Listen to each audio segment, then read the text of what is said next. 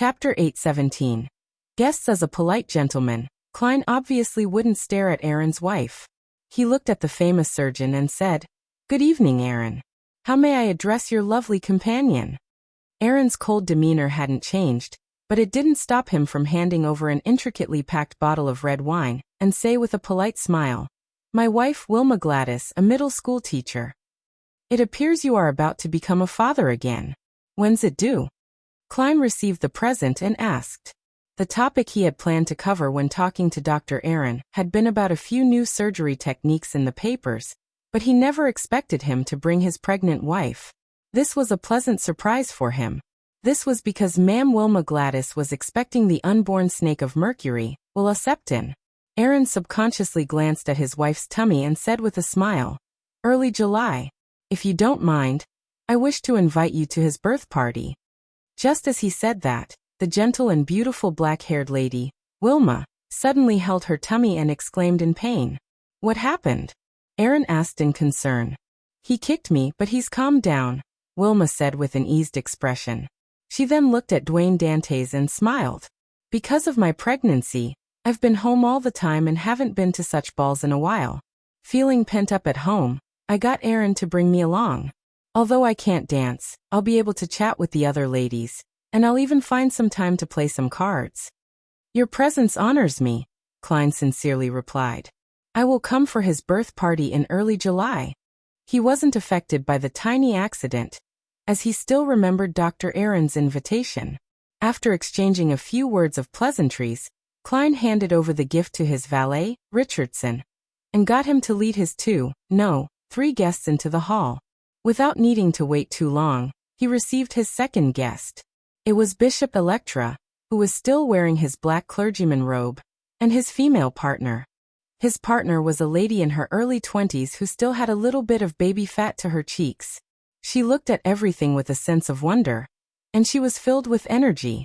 However, she had an additional hint of maturity to her due to her already having a child. "Good evening, Your Excellency. My sleep has recently been excellent," Klein said, feigning ignorance of the Church of Evernight's secret efforts. Electra immediately tapped his chest 4 times in a clockwise fashion. "This is a blessing of the goddess." He then introduced his female partner. "She's my wife Shona Johnson." As he often visited Dwayne Dantes and had been to his residence several times, he didn't need to prepare any gifts for the ball.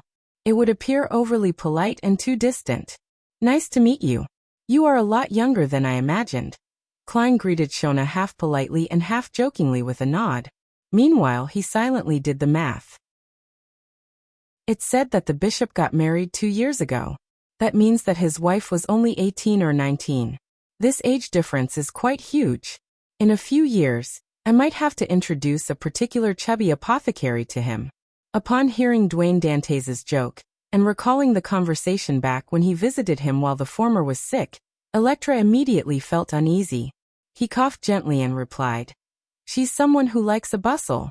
If she's free, she has no wish to miss any ball." Klein didn't speak further because he saw Ma'am Mary alight from her carriage, and was walking over.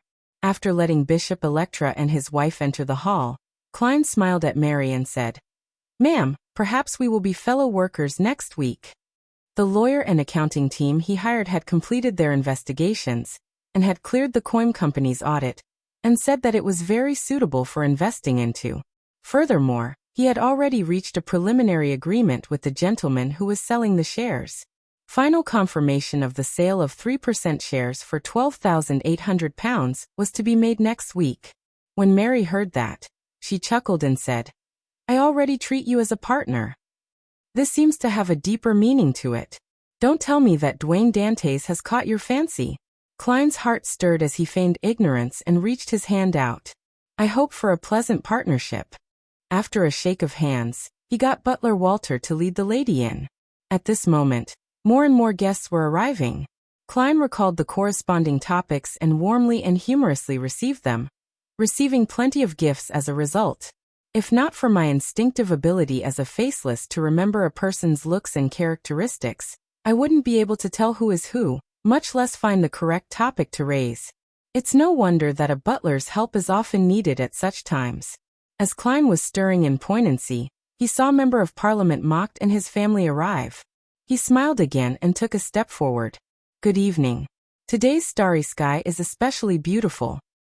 Member of Parliament Mocked smiled as he handed a bottle of Black Rand from some unknown vineyard to him and said, I've been in Backland for nearly 20 years, but the number of starry skies I've seen combined cannot even compare to the number I've seen this year. I hope there will be more with time. Klein then said to Ma'am Rihanna, I heard that the both of you have gotten a boarding school for Miss Hazel? Rihanna looked at her daughter, who wore a cold expression despite maintaining a polite smile. Boarding school education is becoming increasingly popular. It's the same for females. And most importantly, perhaps Hazel will get to know more friends. Unfortunately, she doesn't seem too happy about this arrangement, as she can't bear to leave us. In Backland, boarding schools that targeted females of high society had already grown in popularity.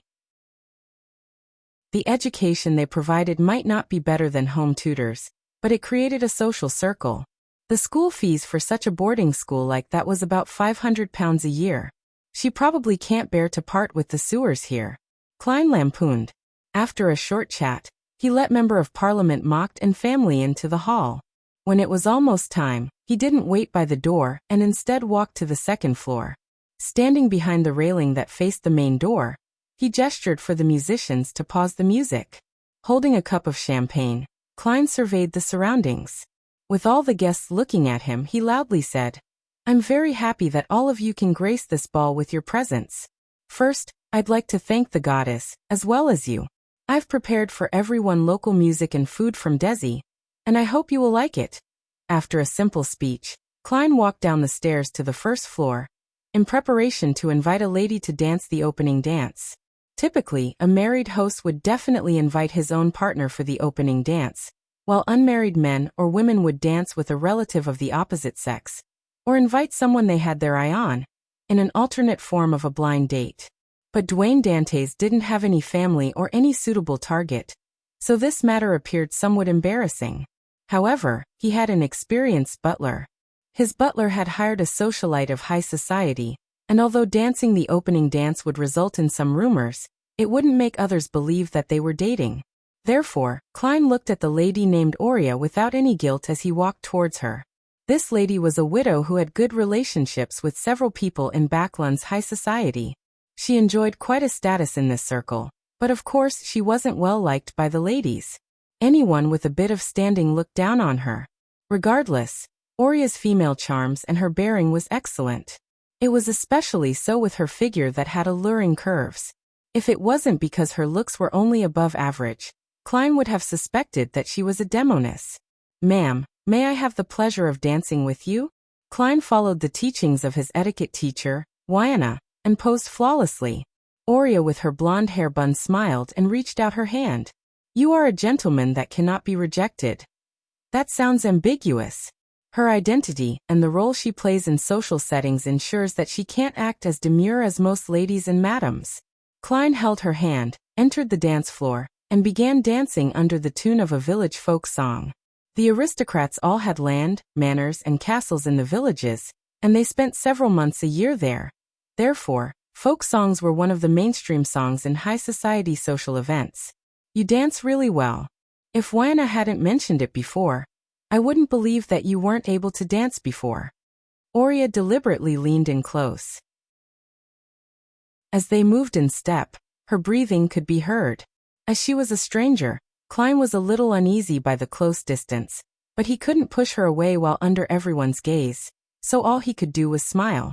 I just didn't know how to dance such dances. In fact, I'm good at the kind of dances from Desi Bay and the southern continent where there's greater freedom. I also like those kinds of dances. They are full of strength and passion. It's dance for yourself and not for others. Aurea found a topic as she gyrated her body, appearing extremely intimate with Dwayne Dantes. Towards the end of the opening dance, she said with a suppressed chuckle, If it wasn't for the rumors, I would even suspect that you don't fancy women because you're a little stiff. However, I no longer have any doubts. As she spoke, she glanced down. Klein was actually rather embarrassed. She was really good at using her body and words to create a suggestive atmosphere. However, Dwayne Dantes was an experienced man and couldn't admit defeat. He smiled with a natural expression. Stiffness is a result of not being used to Backlund's social scene. I can teach you, Aurea said with a chuckle. At that moment, the tune came to an end as she took a step back and winked with a smile. You're really passionate. The words were a double entendre that left Klein nearly blushing.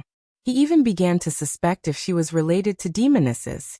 He continued wearing a stoic expression as he bent his back into a bow, and he sent Aurea back to her spot. Through the corner of his eye, he caught Wilma Gladys, who was pregnant with the Snake of Mercury, walking towards the long table to the side. Her target was apparently the first batch of ice cream. Chapter 8:18. Warning. Klein's gaze moved away from Wilma Gladys and looked to the pastries like carrot cake and cream puffs to the side, as well as the roasted poussin, stewed lamb, seared ribeye, desi roasted fish, and the other food nearby. He gulped his saliva slightly and forced himself to retract his gaze as he prepared to invite Ma'am Mary for the second dance. As the host, he couldn't skip any of the first 3 dances. Therefore, all he could do was temporarily forget his hunger and the delicacies. And at this moment, Wilma Gladys, whose pregnant state showed, walked to the spot where there was ice cream. She reached out her hand before retracting it. You want some? Dr. Aaron hadn't joined the first dance as he stayed by his pregnant wife's side. Wilma Gladys sternly shook her head. No, I don't. I'm pregnant. It's not good to have ice cream. However, the little fella in my tummy seems to want a little, just a little. Dr. Aaron nodded indiscernibly and said, Then have some. Leave the rest to me. Wilma immediately revealed an irresistible smile. You spoil him too much. She didn't object to it as she watched her husband pick up a scoop of ice cream that had been circled with ice. After taking 2 bites, Wilma closed her eyes and suddenly shifted her gaze. She looked at a few ladies who hadn't participated in the first dance. They were chatting about something in hushed tones. They had smiles across their suggestive faces, often covering their mouths and laughing covertly. What interesting matters are they talking about? Wilma's curiosity was instantly piqued, and after informing her husband, Aaron, she walked over. However, the few ladies quickly dispersed as though they were awaiting the second dance. Wilma was disappointed as she asked the young beautiful lady who remained standing there. Do you know what they were discussing about? I'm not interested in their topics, Hazel said as she glanced at the pregnant lady beside her. She didn't fault her for being a little impolite, because pregnant ladies often had some privileges. Only then did Wilma notice that Hazel, with her long black-green hair, was holding a cup of champagne. She looked like she had no wish to be invited to a dance. She has a sense of pride that stems from the bottom of her heart. Even when looking at Baronet Madams, she will only maintain the most basic courtesy. This is a delightful character, but the problem is that she's like that to everyone. She's overly cold and aloof. Perhaps she's in the rebellious stage that Emperor Roselle had mentioned before? As a middle school teacher, Wilma couldn't help but make comment inwardly. Then, knowing better, she opened up a distance from Hazel and began looking for the ladies she was familiar with. After completing 3 dances, Klein finally had a brief reprieve to stuff himself with more food and drink some thirst-quenching sweet iced tea. This was a D's specialty that he specially got the kitchen to prepare. Due to the influence of death knell, he had drank a little too much. After having a short conversation with Bishop Electra, he had to apologize and take his leave to the washroom. In fact, he could hold back for another 3 more dances. However, he felt that Snake of Fate Willa Septon might have wanted to communicate with him, judging from his sudden appearance. Therefore, he found a suitable place without anyone around. Although he is an unborn fetus and came here passively, if he doesn't wish to meet me, he has 100 ways to stop his mother from heading out. In short, it's worth giving it a try. Klein mumbled as he entered the washroom and locked the door. Just as he was in a dilemma to deal with his burgeoning bladder, or patiently wait another 2 minutes, his spiritual perception triggered as he looked at the mirror. At some point in time, the mirror had produced a black pram that was covered in shadows that prevented him from seeing any details. The only thing he could discern was that there was a child wrapped in silver silk inside. The child used a clear voice and said, "Your fate deviated a little. What happened? Klein tensed up immediately.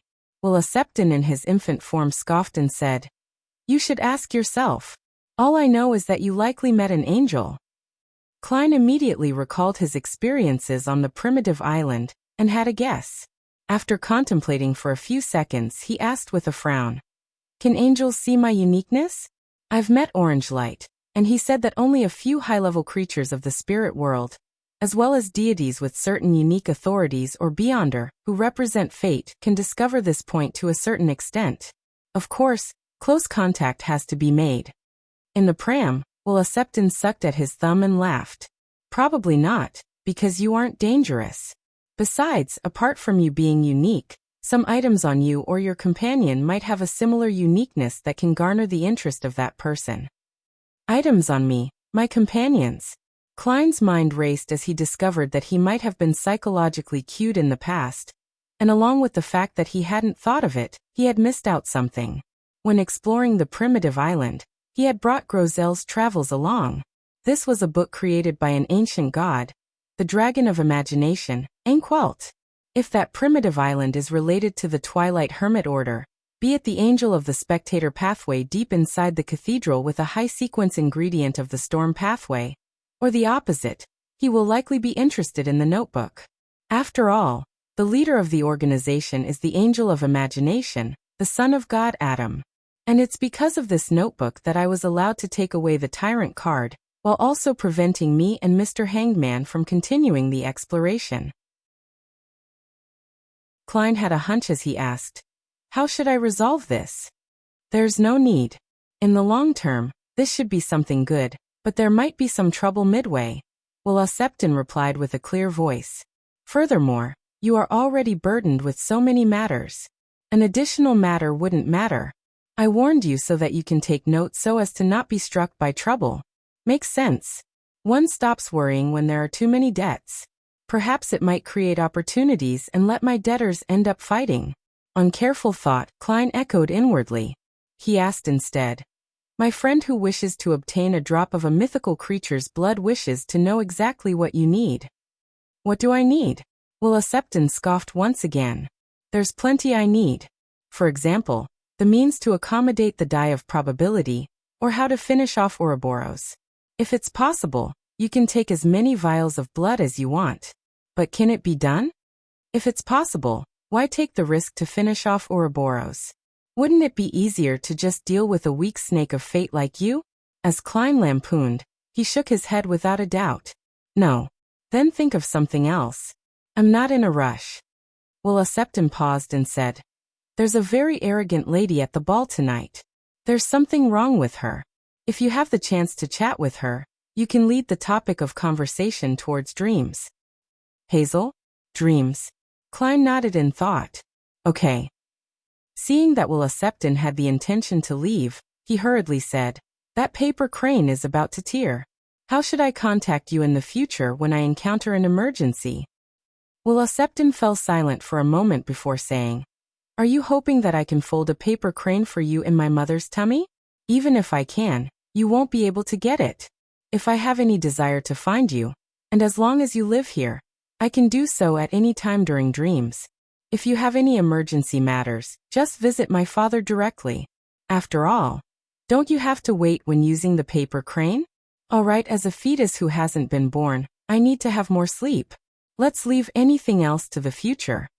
All Klein could do was nod and say, If there's nothing else from you. Just as Will Septon was about to dissipate his body, he suddenly paused for 2 seconds and said, Another thing. What is it? Klein tensed up once again. Will Septon dragged out his tone and said, The ice cream your cook made is too sweet. Ah? Klein temporarily didn't react to what he was saying until the black pram vanished from the mirror. He then snapped out of his daze and couldn't help but twitch the corners of his lips. After settling the problem with his burgeoning bladder, he washed his hands and came out. He found Richardson and instructed, Go to the kitchen and get them to lower the sweetness of the ice cream that is subsequently being made. Richardson didn't ask why, and he immediately did as he was told. Only when he was about to enter the kitchen did he recall the problem. Mr. Dwayne Dantes hasn't touched the ice cream yet, So how did he know that it's a little too sweet? Towards this problem, Richardson quickly had an answer. He believed that a guest had informed his employer after sampling the ice cream. Although it was a little impolite, it wasn't something rare, especially among familiar friends. They would proactively and kindly inform him, so as to prevent the host of the ball from suffering unpleasant critique. At this moment, as the previous dance was still happening, Klein wasn't in a hurry to consider a dance partner. He walked to the long table by the side, and seized the opportunity to have some of the delicacies. Just as he selected a piece of Desi roasted fish without many bones, he suddenly saw Wilma Gladys lean over and pick up a cup of sweet iced tea. The lady nodded at the host and smiled. "This beverage is nice. I've never had it before." "It's sweet iced tea from the South," Klein explained with a smile as he casually glanced at her tummy. "He seems to be very obedient." "Oh, perhaps it's a she." Wilma smiled. "Most of the time, but there might be some stirrings in the middle of the night at times." "Middle of the night? At times? Don't tell me it's when he's replying to my questions." Klein suddenly broke out into a sweat as he feigned ignorance and cast his attention back onto his plate. As Wilma drank a sip of sweet iced tea, she headed back to her previous conversation. When the new dance began, Klein handed his plate and cup to an attendant beside him and glanced at Hazel. He slowly walked over and bowed with a smile. "Lady, may I have the pleasure of dancing with you?" Hazel fell silent for a few seconds and placed the cup of champagne onto an attendant's tray and replied politely, "It will be my pleasure." Chapter 8:19. Gift. Amidst a soothing melody, Klein and Hazel began dancing with their backs straight. One was tall and slim, and apart from the clear difference in age, their movements, demeanor, and looks were highly compatible. It was a beautiful sight to behold, one that could almost be used as a prime example for dancing. Klein took the initiative to break the silence.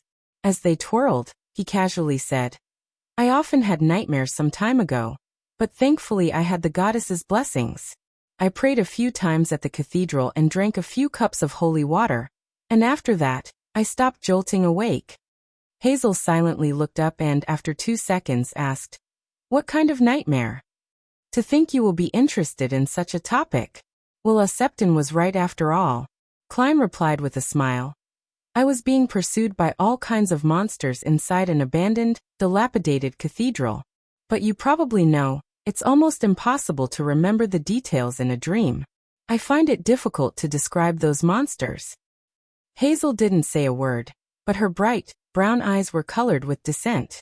That also meant that she believed that dreams weren't necessarily impossible to recall. Klein took a step diagonally with her in his arms as he said with a smile, "Indeed, I've had a very clear dream in the past. Back then, I was still in the southern continent. I dreamed of an inverted mausoleum. It was constructed from pitch-black stone columns that extended underground. There were zombies covered in white feathers that appeared from them in a bid to pull me in. I had such dreams for several days, and it's really quite embarrassing. I was very afraid back then, so I frantically went to a nearby city and found a divination club. I got them to interpret my dream, and I received the conclusion that during one of my purchases of local goods, I had offended the faith of a tribe that believed in death. Strangely, when I went to the tribe to apologize, gave them gifts, and participated in their celebrations, I never had that dream again." He had fabricated the story from his experience as a seer. His goal was to pique Hazel's interest to see if she would unknowingly reveal something. At the same time, this was a suggestion with a deeper meaning, one that wouldn't garner suspicion. The deeper meaning was that Hazel could find a divination club member, or a cathedral's priest to interpret her dream if she was troubled by it. It was best not to make rash choices while blindly believing the contents of the dream. When Willa Septon mentioned that there was something wrong with Hazel, and suggested chatting about dreams, Klein suspected that her dilemma stemmed from a dream that kept happening. Otherwise, it was hard to explain how, despite being at least a sequence 8, she had a severe lack of knowledge towards the mysterious world with her blind arrogance. Furthermore, she was a lady from high society who had been educated at home.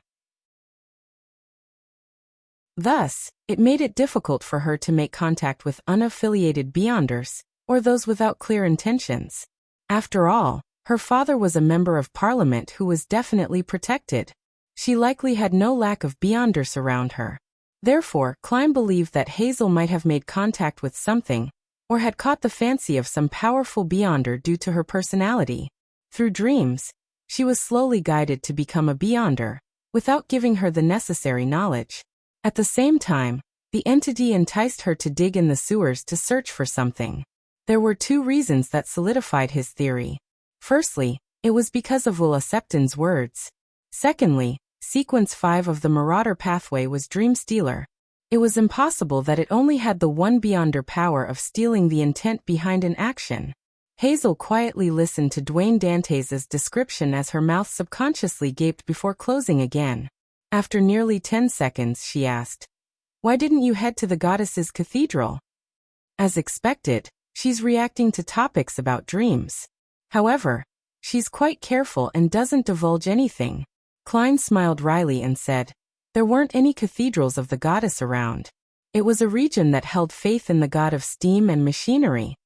Hazel didn't continue the topic as she focused her attention back onto the dance, as though she was fully immersed in the music. Klein also quietened down as he swirled around in the beautiful melody with the girl. After the dance, he sent Hazel back to where she was standing, and then he headed for the long table due to his thirst, hoping to get a cup of sweet iced tea. At this moment, he saw Bishop Electra enjoying some red wine over there. Unlike the Church of Storms and the Church of the God of Combat, clergymen of the Evernight Goddess were prohibited from excessive drinking. They needed to reject distilled spirits, and they could only drink champagne, beer, and red and white grape wine in moderation. "How is it? This should be your first time holding such a grand ball, right?" Electra smiled as he raised his cup. Klein smiled and replied, "Very troublesome, and it's also the biggest problem is that having so many dances in a row is exhausting. I kept sweating and wanted to drink more water." Bishop Electra chuckled and said, "When you're here in Backlund, don't slack on any physical exercise. At times, the social scene is more tiring than you can imagine." With that said, he said with a jibing smile, "Ma'am Aurea has endorsed you, believing that your character matches your appearance. I'd like to thank her for her endorsement." Klein was momentarily unable to find the words to reply with as he replied in a jokingly manner, "A person's character cannot be identified from a single dance." Without waiting for Electra to reveal a smile that all men understood, he switched to saying, "Your Excellency, I've recently involved myself in some business, and I'm afraid that I might offend a gentleman in power. I'm a little worried." He was referring to the Coim Company and Baron Sindras. Electra took a sip of red wine and said, "Don't worry. Backlund follows the rule of law. Besides, the goddess will bless you." "That's relieving. Praise the lady." Klein seriously drew the crimson moon on his chest. After Electra headed for the dance floor, his gaze darkened as he sighed silently. He wasn't feeling fearful or hatred. He just felt a slight guilty conscience. Up to this point in time, the Church of Evernight had been good to him. Although money was the reason, they had provided him plenty of help to the point of providing him some protection. Yet he was planning to deal with the keepers, as well as contemplating how to steal something from the core seal behind Cheney's gate. Sigh, if this plan takes too long to complete, I'd really need periodic psychological treatment. Otherwise, I'll have some mental problems. Klein monitored his emotions as he shook his head indiscernibly. In an apartment in Sherwood Borough, Zio came home with Faina Potter pies and Desi Bay sweet iced tea. As she put it on the dining table, she said to Furs, "Don't eat too much of such food. It's unhealthy." "Why do you say that?" Furs picked up a pie stuffed with fruits and ham before taking a bite. "I read about it in a magazine. As a bounty hunter, maintaining one's figure is a necessity." Zio hesitated for a moment, before pulling a pie to her mouth. Furs scoffed. "You're a beyonder geared for combat, an extraordinary bounty hunter. There's no need to bother about maintaining your figure. Perhaps you might have missed out on your final opportunity to grow taller as a result. Oh right, I heard that the warrior pathway has an effective way of raising a person's height. It's obvious just from looking at those barbarians from Fasak." Zio was taken aback as she suddenly sighed. "But I was born as a half-arbiter. I have no way of becoming a warrior." Clearly, She had seriously considered it in the past. Realizing that she had triggered her friend's memories, she acted as though she hadn't said a word as she focused on having her late dinner. After they were done eating and clearing up, Furs pulled Zio into her bedroom and cleared her throat. You've helped me tremendously, so I plan on giving you a present. What troublesome matter do you need help with this time? Zio touched her short, blonde hair warily. Furs blinked as she suddenly reflected on her recent behavior. She chuckled dryly and said, "This is for the past, the past." Without waiting for Zio to reply, she took out a metal box under Zio's doubtful gaze. One that was used to store cigars. "I don't smoke," Zio said with a shake of her head.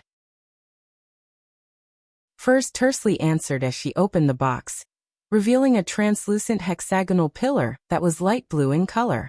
Zio's gaze froze as she looked at the luster that streaked inside the crystal-like lightning as she instinctively asked, "Interrogator?"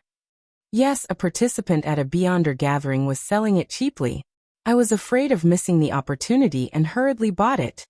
Furs said the complete truth. As you know, I've recently been rewarded by my teacher because of something just a while ago. I'm not lacking in cash.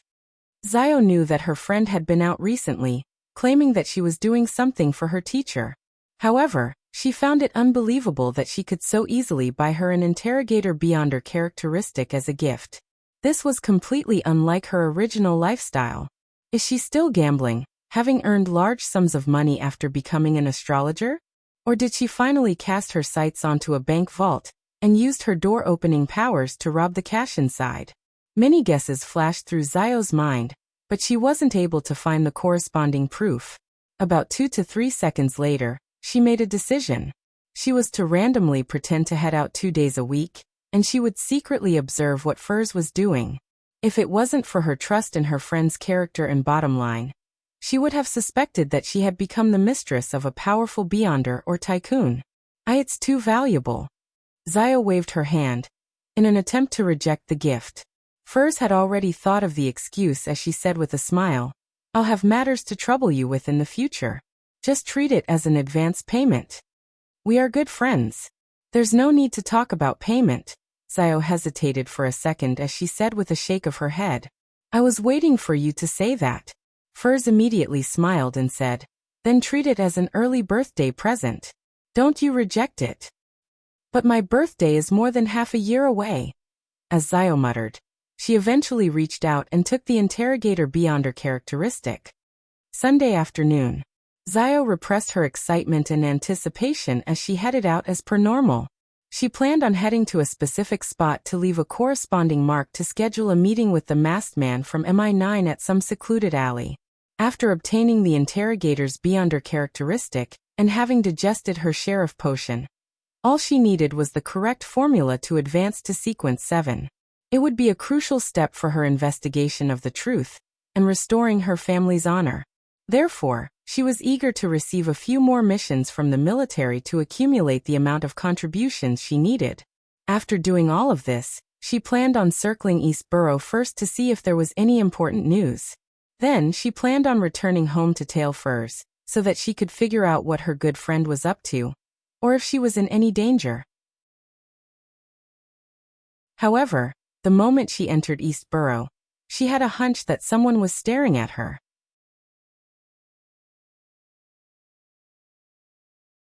Chapter 820. 2 Dazed Instances. Who is it? As a sheriff, Zio had a sharp intuition for monitoring others and for being monitored by others. Her heart tensed up as her mind raced to consider what had just happened. In the past 2 to 3 weeks, she hadn't encountered anything particularly noteworthy. The few criminals she apprehended weren't Beyonders, and they were, at best, related to certain gangs. No one would offend a famous bounty hunter in East Borough for them. Therefore, she quickly narrowed down the list of suspects, and she vaguely guessed at the spy's faction. A member from the Aurora Order? I didn't attend Mr. X's gathering, and an accident happened. Apparently, it was quite a stunning scene. The person from MI9 said that Mr. X was assassinated on the spot, and had his corpse taken away. Furthermore, the assassin had used powers at the demigod level. Is the Aurora Order investigating the possible culprits? Every invitee is in their sights? Although Zio was careless and short-tempered at times, her thought process was relatively direct. But in similar fields, she had a strong intuition that allowed her to figure out the crux of the matter. And on the matter regarding Mr. X's assassination, she had once been thankful that Furs had stopped her from attending, thus avoiding the accident. On the other hand, she felt that there wasn't anything wrong about her, allowing her to stand up to the scrutiny of any investigation. Therefore, when she met the masked man from MI9 last week, she had been frank and confident, and she had accepted the mission to investigate the truth behind the matter. Unfortunately, she wasn't sure which other Beyonders had participated back then, and she had no clues to kick her off. That man from MI9 said that the members of Aurora Order are either lunatics or potential lunatics. You can't use common sense to guess at their actions. Even if they believe that there's nothing wrong with me, they can kill me in passing to vent their anger as a warning to the real murderer. The stressed Zio walked forward as she revised her path in East Borough. This new route allowed her to obtain the help of friends at any time. If she suffered an ambush, there was a considerable chance that she could escape or kill the assailant. As she walked, Zio's mind suddenly went into a daze, as she realized that she had unknowingly arrived back at her residence in Sherwood Borough at some point in time. Zio entered blankly and drank a cup of water when she was patted on the shoulder by Furs. "Accompany me to East Borough." Zio was taken aback as she found herself saying something very familiar. "You want to head out to gather material?" Furs immediately said that it wasn't the case, indicating that she had previously accepted a mission to find the dust left behind after a ghost faded away. As the deceased had been given a send-off by the priests at the cemetery to their respective deities' kingdom, there wasn't any ghosts. Thus, they could only head over to East Borough to find targets. Zio hesitated and said, "Can't you push it back a day? I'm planning to participate in Mr. X's gathering." Furs immediately wore a bitter look and said that she had delayed it by too much, and the mission's deadline was looming. Zio sighed and agreed to accompany her friend to East Borough to find a deceased person that had just died, or one that hadn't been discovered after a period of time since their death. Just as the two were about to exit, Zio felt the wind strike her in the face as she trembled and snapped awake. She saw a wandering poet sitting in a corner, playing a 7-string guitar as he sang a folk song that was famous in the southern villages. Zio frowned slightly as she rubbed her temples. She had a nagging feeling that her mind had gone adrift, but she couldn't remember what she was thinking about. She continued maintaining her vigilance as she followed her originally set route, entering a bar that sold lunch. On the way, she met an East Borough resident who would occasionally provide her with intelligence. He was a man who was either 23 or 24 years old. He had thinned his brows, and his brown hair reached his shoulders. His facial features were rather soft, and he had put on cheap makeup. He gave off quite an odd vibe.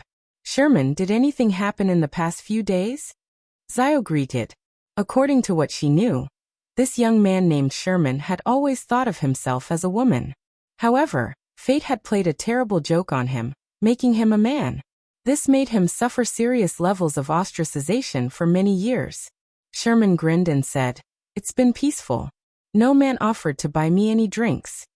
"Drinking is bad," Zio advised him seriously, walked past him, and walked to the bar counter. Sherman spat as he walked to the entrance, swaying his hips until he arrived at the condominium he rented. He paused at the door for nearly a minute before walking 2 steps to the side and knocking on the door next door. The wooden door creaked open as a low, female voice sounded with an undeniable sweetness to it. "Have you made your decision?" Sherman walked in and closed the door behind him. Looking towards the bed, he said to the black-dressed lady, "I'm still doubtful. I don't believe that there's something as magical as that." To him, the lady had a round face and a gentle and refined temperament. Not only was she sweet-looking, but she also had a different air to her. She was extremely charming and alluring. Of course, to Sherman, he was more envious instead of smitten. The black-dressed lady replied with a deadpan expression, "Haven't you seen the picture of my former appearance?" Her gaze moved as she couldn't help but feel a sense of melancholy. "But that might have been your twin brother." "I find it difficult to believe that there really is a substance to change me into a woman," Sherman said in a wavering tone. The black-dressed lady chuckled without any humor in it. Then you can pretend that it's fake. You may leave. Sherman's hands tightened as he fell silent for a long while. I am willing to give it a try. Although I know that you might be bluffing me, I still wish to give it a try. Then, what should be the price I need to pay? Listen to my instructions, and help me do certain tasks. Don't worry. They will definitely be things you are capable of, the black-dressed lady said. To truly change your sex, you need to drink 3 potions and complete certain rituals. I'll guide you. Upon saying this, she said in a self-deprecating manner, you can consider your female name. At night in the Backlund Bridge area, in a small alley at Iron Gate Street, Zio stood under a street lamp that had been shattered by someone. She was recounting what had happened in the morning.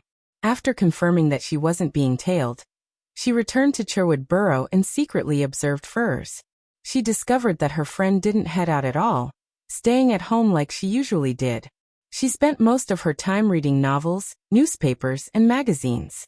She also drew the curtains in her room for nearly an hour, as though she was familiarizing herself with her beyonder powers. Until she had nothing to do. She got a piece of paper and spent 15 minutes writing the opening to her new book. Finally, she tore it apart, crumbled it into a ball, and threw it into the trash can. She smokes and drinks excessively. Zio silently clenched her teeth when she saw a figure in a black suit walking out of the shadows from the other end of the alley.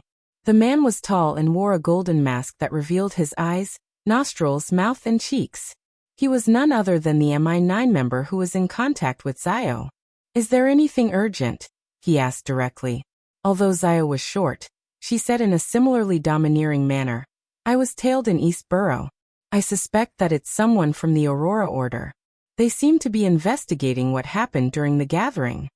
The topic Zio had prepared to talk about was about someone she was asked to look for. She planned on using a clue that couldn't be confirmed to make a request for the emergency meeting to appear normal. However, she now had a more suitable excuse thanks to the Aurora Order. The lunatics from the Aurora Order are like that. Although they know that we're also investigating the matter and are finding them, they don't shrink back. If it's not because of that, they wouldn't always be suffering setbacks, the golden-masked man said with a laugh. To be frank, I'm very surprised that they didn't directly surround you and bring you to a secluded place to interrogate and channel your spirit. Zio was about to answer him that the Aurora Order member didn't tail her for long when she suddenly recalled the dazed feeling she found inexplicable. Hence she deliberated and mentioned, I'm not sure what I encountered. For a very brief period of time, I seemed to be in a daze and can't remember what I recalled. The golden-masked man fell silent. After nearly 20 seconds, he said, the investigation pertaining to you should have ended. The importance the Aurora Order has placed on this matter has exceeded my imagination. I will report this matter. You mentioned that many Beyonders received the invitation, but didn't attend? Zio nodded and said, the participants of each gathering doesn't exceed a third of the number of people invited. This is mostly normal for a gathering. It's not an exception for Mr. X's gathering either. The golden-masked man considered for a moment before asking, are there any clues about the person I got you to search for? The person whose original name was Trissy? Zio shook her head after seeing him nod. Not yet. She's likely experienced. The golden-masked man immediately chuckled. The number of people she has killed is more than the number of bounty missions you have completed. If you have any clues, make sure not to approach her. She's highly dangerous. Zio tersely answered, and focused on the main topic at hand. Is there a new commission? Why have you suddenly become so proactive? The golden-masked man asked in surprise. Zio frankly replied, I'm almost about to save up enough points to exchange for the interrogator potion formula. I wish to obtain it early. Actually, there's no need for that. You can directly exchange it for the potion, as it will save quite a bit of points. The golden-masked man suggested in Zio's behalf. I already have the Beyonder characteristic. Zio shook her head and said, that would still take a very long time. I might be able to buy the ingredients at other Beyonder gatherings. The golden-masked man didn't insist as he said with a laughing sigh, I wish you luck. This time, it's a rather complicated commission. If you can complete it, you should have enough points. Zio held back her delight and asked, "What's the mission?" The masked man said with a slightly odd tone, "Take note of the people Viscount Stratford interacts with, and list them down in a report before submitting it to me. There's no need for you to frequently monitor him. Whenever you are free or walk past, take note of it in passing. Trust me, you aren't the only one working on this mission. As long as you hand over a report of certain value a week, it'll be considered as you contributing a certain amount. This can be repeated every week." Viscount Stratford. Zio suddenly fell into a daze again, but this time she knew why. This Viscount was the captain of the Royal Guards. He was once her father's deputy.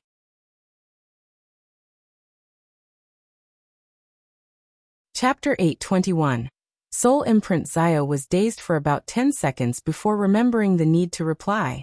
She looked at the golden masked man and nodded. "All right, I'll take note of the people Viscount Stratford interacts with." The golden masked man seemed to sense her dazed state as he said, "There's another mission. The Church of Evernights Red Gloves are investigating something related to the numinous episcopate. If you have any relevant information on that, immediately inform me." Zio tersely responded, unable to extricate herself from her emotions.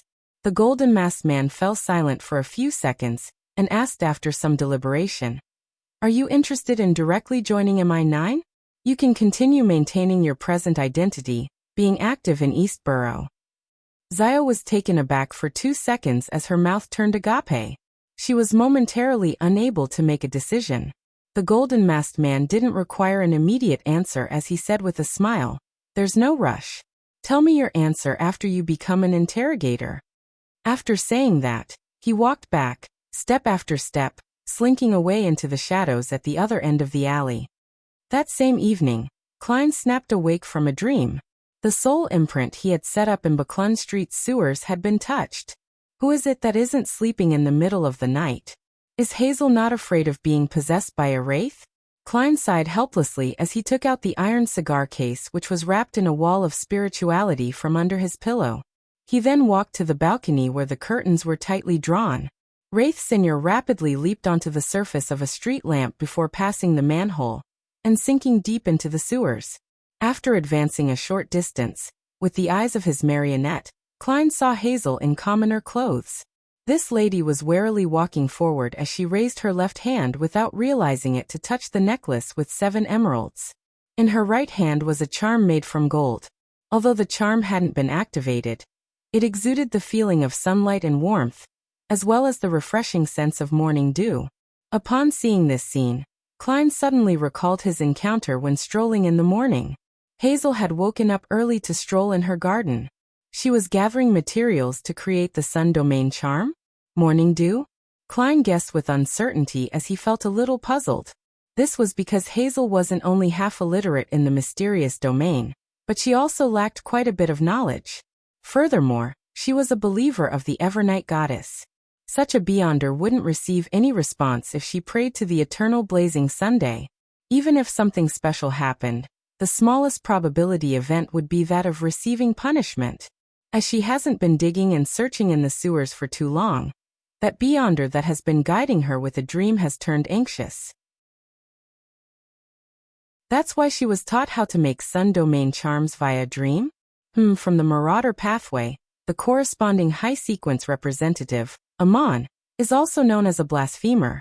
Does this mean that at a certain sequence of this pathway, they have the ability to pretend to be believers of other deities and circle around any defenses to obtain a response and create various kinds of charms? This does match their modus operandi. With Senor's vision, Klein watched Hazel walk deep into the sewers. Based on his spiritual intuition, although the sun domain charm was targeted at a wraith, it was far from sufficient to truly threaten a sequence 5, with it dealing a certain amount of damage at best. After all, Hazel had no way of obtaining high-level materials. However, Klein didn't let his wraith possess her again, afraid that it would alarm that beyonder who was influencing Hazel. After tomorrow's tarot gathering, he believed he would obtain a low-level item from the Marauder pathway, allowing him to make the corresponding investigations. Before that, maintaining the status quo was the best choice. Of course, the premise was that he was certain that Hazel wasn't able to dig up anything within a day or two. He had plenty of time to prepare. As a seer, he had many ways to make a confirmation. The simplest way was to head above the gray fog. After retracting his marionette, Klein took 4 steps counterclockwise and arrived inside the ancient palace which had stone columns propping it up. He conjured a pen and paper, and he wrote down the corresponding divination statement. Something major will happen in Buklun Street over the next 3 days. With the topaz pendulum, Klein obtained a negative revelation. This also meant that in 3 days, no major incident would happen in Buklun Street. As for the possibility of what Hazel would really dig out, it would only affect him while being trivial to Buklun Street. He wasn't fazed. This was because something trivial wouldn't affect his subsequent plans. He didn't have any strong intentions of stopping her. He had previously given a hint to her at the ball. If Hazel didn't understand or didn't take it to heart, it was her problem. Klein didn't have any psychological burden on such matters. After returning to the real world, he waited for 45 minutes before Hazel came out. After confirming that no significant changes happened underground, Klein laid back in bed, and with cogitation, he quickly fell asleep. Monday afternoon at 3. Dark red beams of light that soared up from both sides of the long bronze table appeared before the fool Klein's, the son Derek's, and the world Gehrman Sparrow's eyes. Justice Audrey remained in a good mood as she bowed at the figure shrouded in gray fog. "Good afternoon, Mr. Fool." Klein nodded with a smile as a response to this lady who often delighted him. Meanwhile, Audrey swept her gaze and discovered an additional card beside Mr. Fool's hand. A new card of blasphemy? I wonder which pathway it's from. I really wish that it's from the spectator pathway. Audrey's heart stirred as she turned to greet the other members. Once everything was done, she looked to the end of the mottled table ahead of the hermit Catlia and said, "Honorable Mr. Fool, I've found 3 new pages of Roselle's diary." This was actually obtained from the Lone Relic Search and Preservation Foundation, but as its founder and main sponsor, she easily received the opportunity to make a copy. Audrey was rather proud in regards to this. She was increasingly convinced that establishing such a foundation was a wise decision of hers. Unfortunately, to not expose her identity, she didn't share this matter with the other members of the Tarot Club. Very good. Klein smiled with a nod, indicating that Miss Justice could conjure the diary. And at this moment, the hermit Catlia didn't interject, as though she hadn't obtained any new Roselle diary pages. There's temporarily no response from Queen Mystic? Or has she focused her attention on something else? Klein looked at the 3 diary pages which Miss Justice had conjured as he allowed them to jump into his palm. When he scanned them, the corners of Klein's lips nearly twitched. This was because he had encountered a familiar page of one of Roselle's sexual escapades. Compared to the pages specially chosen by Queen Mystic Bernadette that had plenty of information, the other members often obtained parts that weren't too important. The content tended to be about Roselle's daily life. The 3 pages that Miss Justice had provided was such an example. Klein casually flipped through them, and discovered a diary entry that was worth a detailed read. As for the rest, it was either about him having a rendezvous with some lady or madam, or him belittling people who survived due to their status instead of intellect. He even expressed his desire for a demoness from all the rumors he heard. Soon, Klein placed his attention on the most valuable diary entry. Based on the information obtained from the church, there really are monsters in existence that are stitched at the soul level. After high-sequence Beyonders die, the Beyonder characteristics they produce will have remnants of the imprint of their soul. It can be very powerful and resilient. It might not even fully dissipate after centuries or even a millennium. But when Beyonder characteristics form a mystical item with their surrounding objects, there's a need to have a sufficiently similar soul in order to use them. Otherwise, the negative effects will be extraordinary. And when such Beyonder characteristics are preserved and made into the main ingredient of a potion, the consumer similarly must have a powerful soul body to withstand it. Otherwise, there's a high chance of failure. In mysticism, an advancement's failure will often lead to a loss of control or death. Only very few lucky ones can be calmed down and maintain an intricate balance. However, it's rumored that certain special sealed artifacts can draw out unfused Beyonder characteristics and recondense them. It would be akin to not having consumed the potion, So the failures will only suffer a storm-like assault on their soul.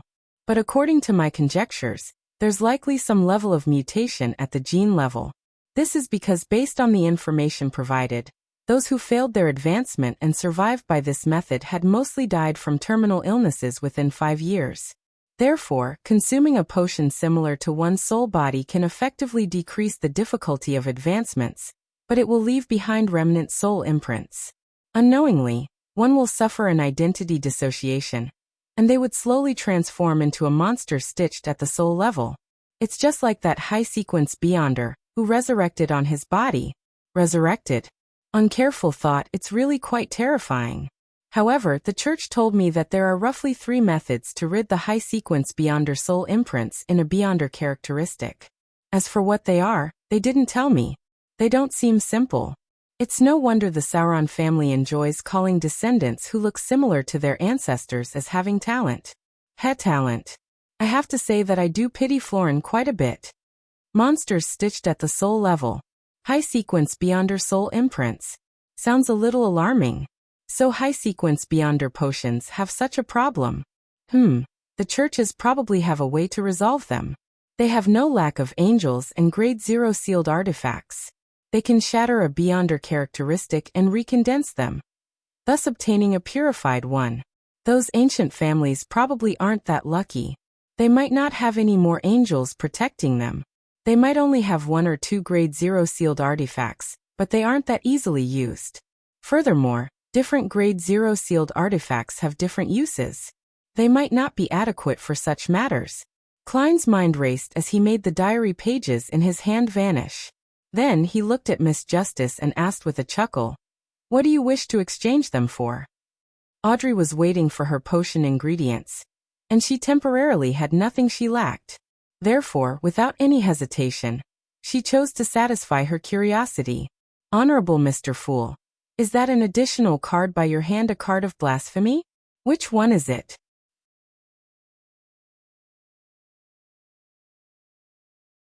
Chapter 822.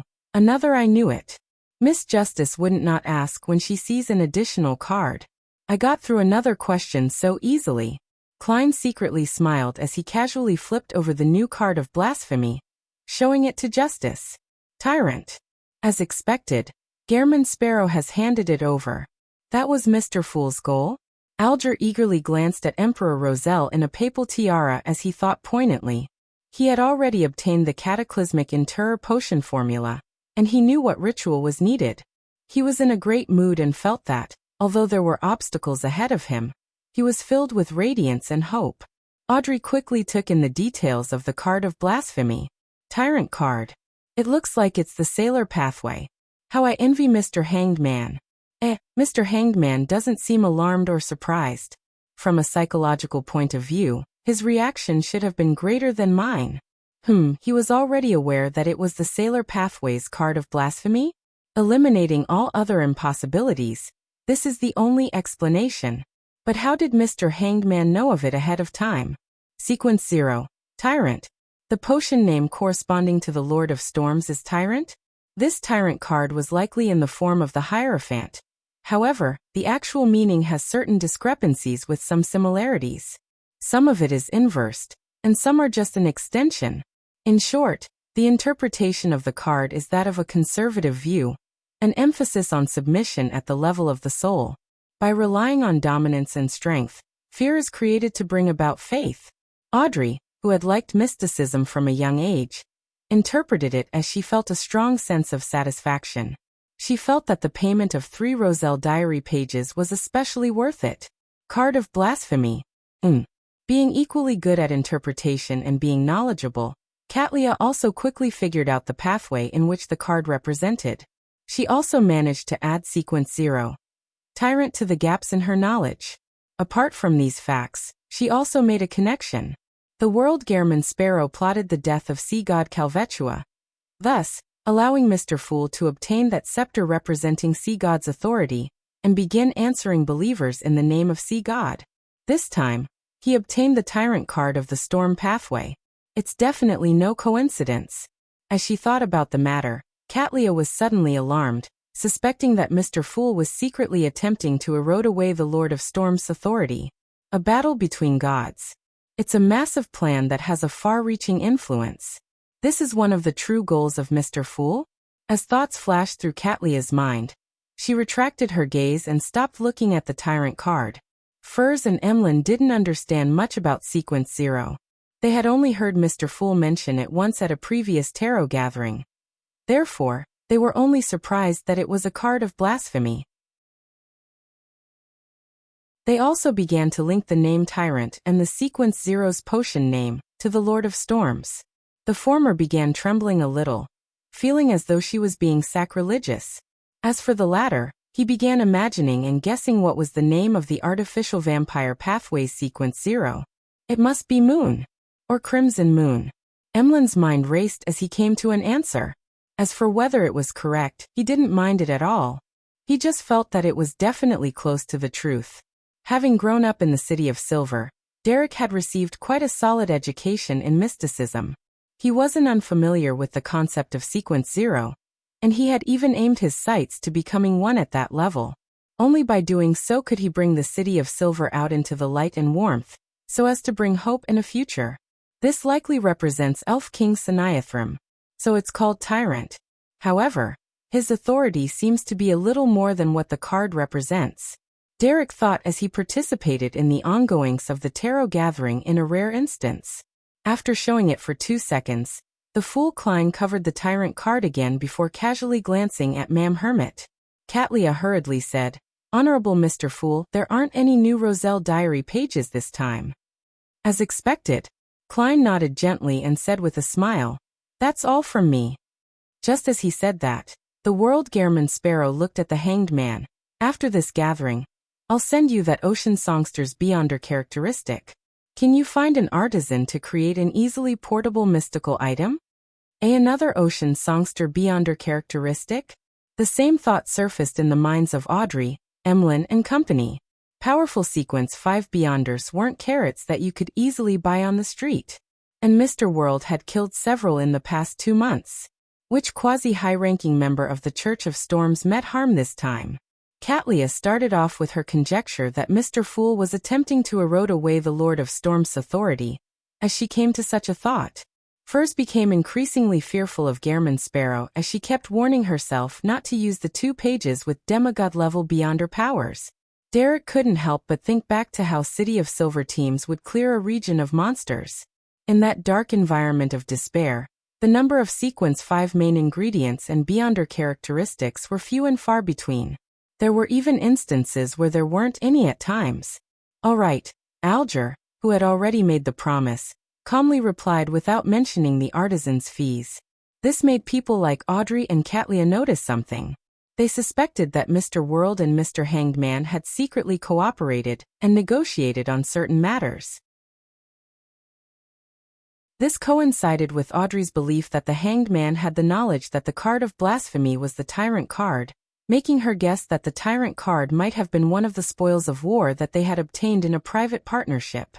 Without waiting for them to ask about anything they needed, the World Gehrman Sparrow surveyed the area whilst under Klein's control. "I have here another Beyonder characteristic of a Sequence 5 Mentor of Confusion from the Black Emperor Sequence pathway. It can be made into a mystical item, and it should possess the power to use the loopholes found in order so as to distort the words, will, and actions of a target. It can also raise one's physical state and create a certain degree of chaos and confusion to the surroundings." He described it in such detail because his target clients were Miss Justice and Ma'am Hermit. It was impossible for the 2 of them to switch to the Black Emperor pathway, so their requirements for Beyonder characteristics were naturally for a mystical item. Of course, the latter had subordinates, so it was possible to purchase Beyonder characteristics for her organization's members. Another one. And it's Sequence 5. What major event did Mr. World do last week? Audrey instantly forgot to generate interest in the Beyonder characteristic. Katlia, Emlyn, and company exchanged looks, puzzled as to which Sequence 5 Beyonder met harm again. What Alger cared about was that this belonged to the Black Emperor pathway, a Sequence 5 Mentor of Confusion.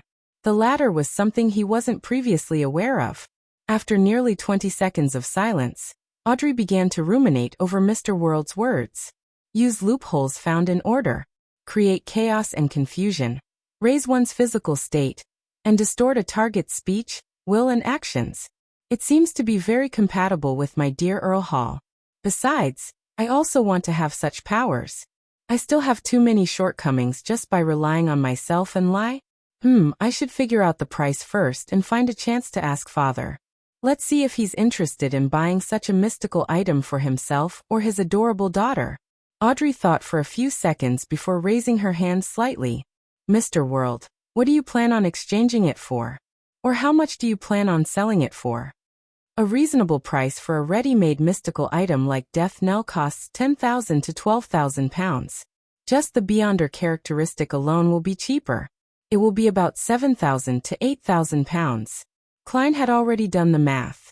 Now, after some thought, he made the World Gehrman Sparrow reply, 8,000 pounds. He knew that if Miss Justice was really interested, she wouldn't haggle. Okay. Audrey nodded and turned to look across the table. Mr. Hanged Man, roughly how much would it cost to pay the artisan to turn such a Beyonder characteristic into a mystical item? Alger quickly did the math and said, 1,500 pounds at the very least. It might be higher. All right.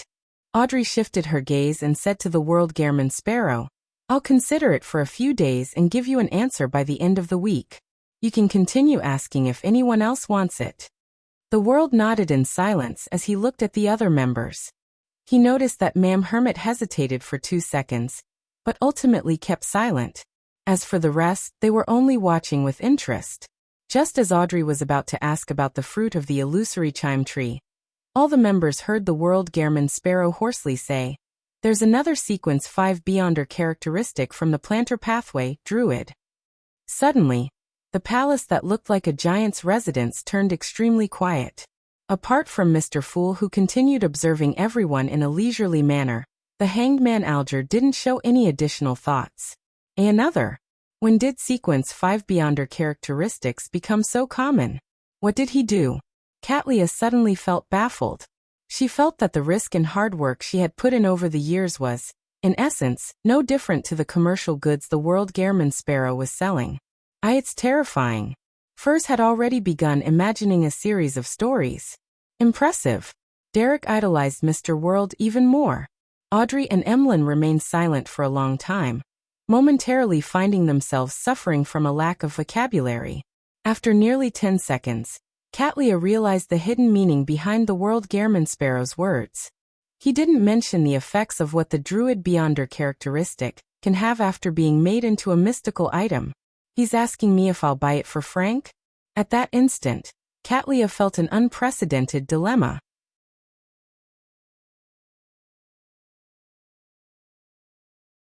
Chapter 823. The Maturing Tarot Club. As the captain of the future, Katlia knew of the latent dangers that Frank Lee had better than anyone else. She knew that this first mate's strange ideas would at times be about truly terrifying and crazy developments. If it wasn't because those creations had yet to be proliferated and lacked the necessary elements, Katlia believed that the world would be different. Of course, if there came such a day, she would finish off Frank Lee ahead of everyone else by feeding him to the fishes. With him lacking godhood, many things will be limited in scope even if they're considered a success. It's impossible to distribute out and bring about a greater disaster. Just advancing to sequence 5 wouldn't result in any qualitative changes, and Frank has been holding back greatly in recent times. He's been focused on researching plants that can survive and grow through the absorption of monster corpses in the darkness. As her thoughts swirled and changed in her mind, Katlia finally made a decision. How much do you wish to get for it? She had a vague feeling that the World Gehrman Sparrow was recently in need of money. 8,000 pounds. If you can replace it with large sums of gold coins, you'll receive a discount. Klein secretly heaved a sigh of relief as he answered using the world. At the thought of how Frank Lee could be able to afford this sum, and how he wouldn't reject a druid's beyonder characteristic, Katlia pondered for 2 seconds and said, "Deal. Give me a week to gather the amount." "No problem." Klein got the World Gehrman Sparrow to retract his gaze. after the trip to the primitive island. If not for having garnered the attention of the existence hidden in the depths of the cathedral, he would have given himself a perfect score. In less than half a night he had obtained an invaluable card of blasphemy, a mystical item with not less than £10,000, as well as a possible total of £16,000. Furthermore, no taxes needed to be paid. It was faster than robbing a bank. Unfortunately, that primitive island has vanished. Otherwise, I can always pay a visit when I'm lacking money. Klein's thoughts wandered as he watched Miss Justice look at Mr. Hanged Man and ask with a tone of anticipation, "Do you have the fruits of the illusory chime tree?" Audrey actually had some inkling to the answer.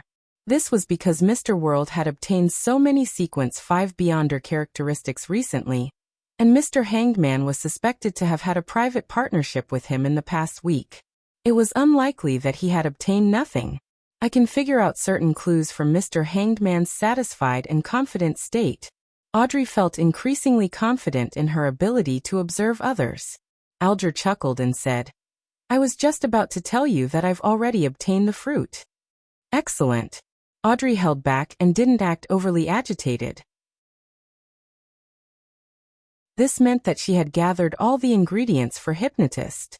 All she needed to do was wait for her psychiatrist potion to completely digest before she attempted the advancement. And it wouldn't take too long. Having already become an Aunt Agony in the aristocrat circles in Eastchester County, Audrey thought with great certainty.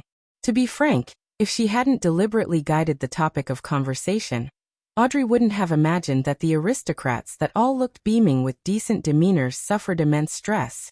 They had pains that others would find impossible to imagine.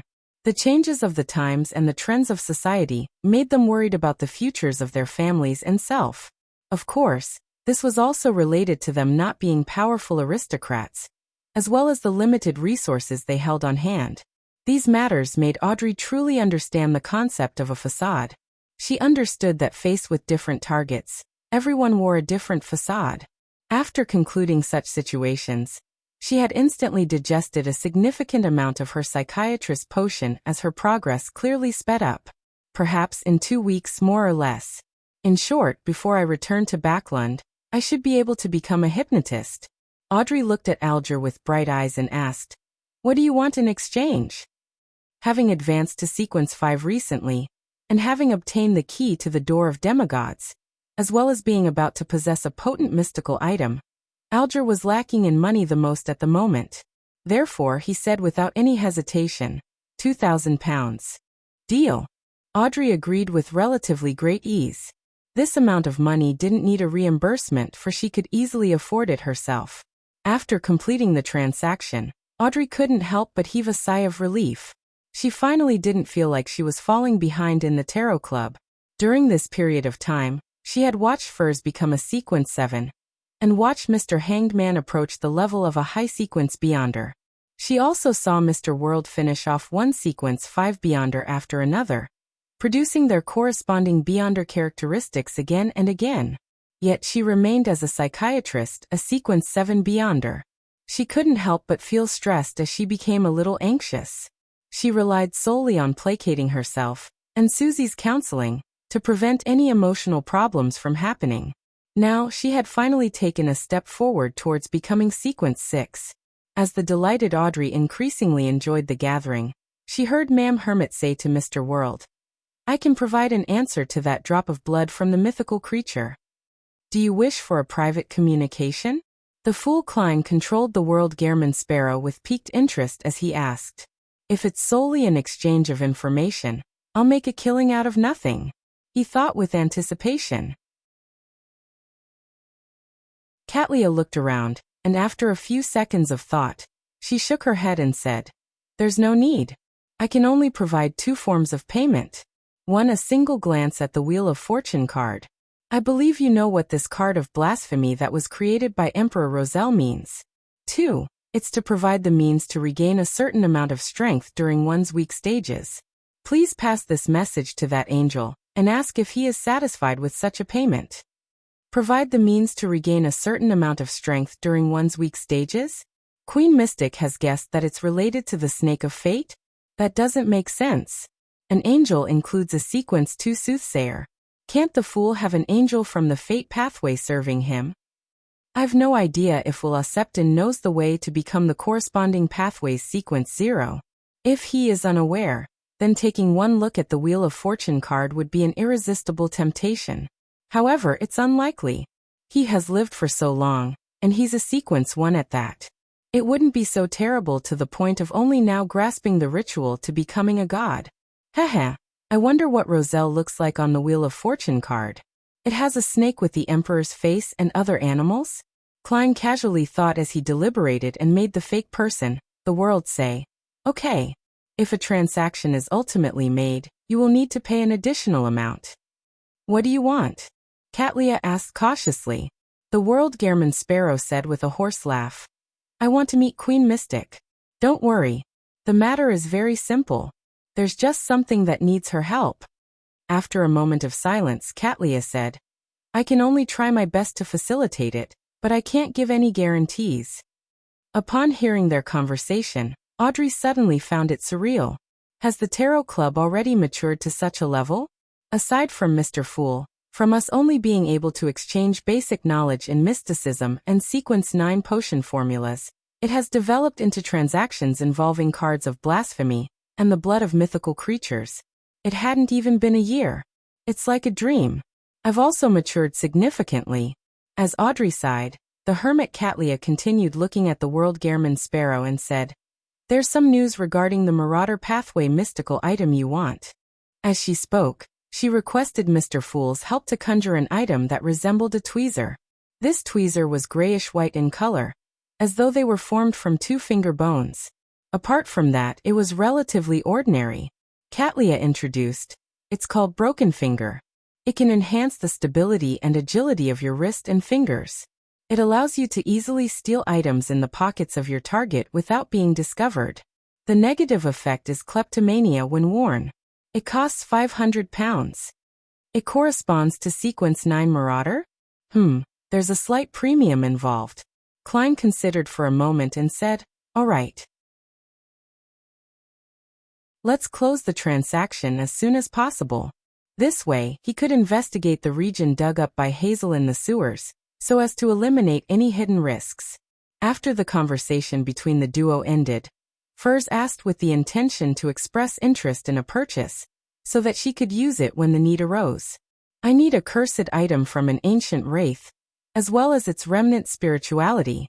Please help me take note." After she obtained a positive reply from the members, the Moon Emlyn sized up his surroundings and leaned back into his chair, and he said to the son Derek, "Does your City of Silver have the Beyonder characteristic that corresponds to sequence 5 of the artificial vampires?" He didn't wish to call the fellows covered in pus as described by the son as sanguine. Therefore, he changed the way he phrased his question.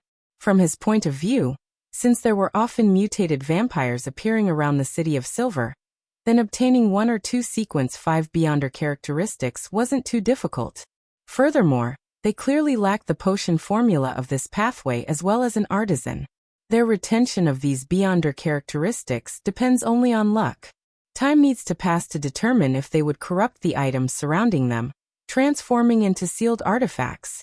Emlyn convinced himself that he was helping the City of Silver instead of asking for the son's help. Derek was stunned as he answered in complete honesty, "Yes. But Mr. Moon, do you wish to be covered in pus?" "Ah." Emlyn's expression froze as he was momentarily unsure if the son was mocking him or warning him. Upon seeing this, Derek hurriedly added, "Many of them have serious levels of mental corruption, and without the potion formula, our City of Silver wouldn't waste the effort to cleanse such problems." "Is that so? This will be troublesome." Emlyn nodded slightly and said, "Got it." He didn't involve himself in possible transactions, preparing to seek advice from the upper echelons of the Sanguine to figure out the matter regarding the mental corruption of Beyonder characteristics. With the transaction segment coming to an end, the Tarot Club's members began their free exchange segment. Audrey looked straight at Gehrman Sparrow and said with some hesitation, "I would like to know where the Mentor of Confusion characteristic came from. If it involves certain secrets, you can choose not to answer." She was making the preparations to convince her father, Earl Hall. It was also to avoid any unnecessary troubles. After all, Beyonders from the Black Emperor pathway might have certain connections with the military and royal family. Klein secretly laughed as he made the world answer. It comes from a curly-haired baboon.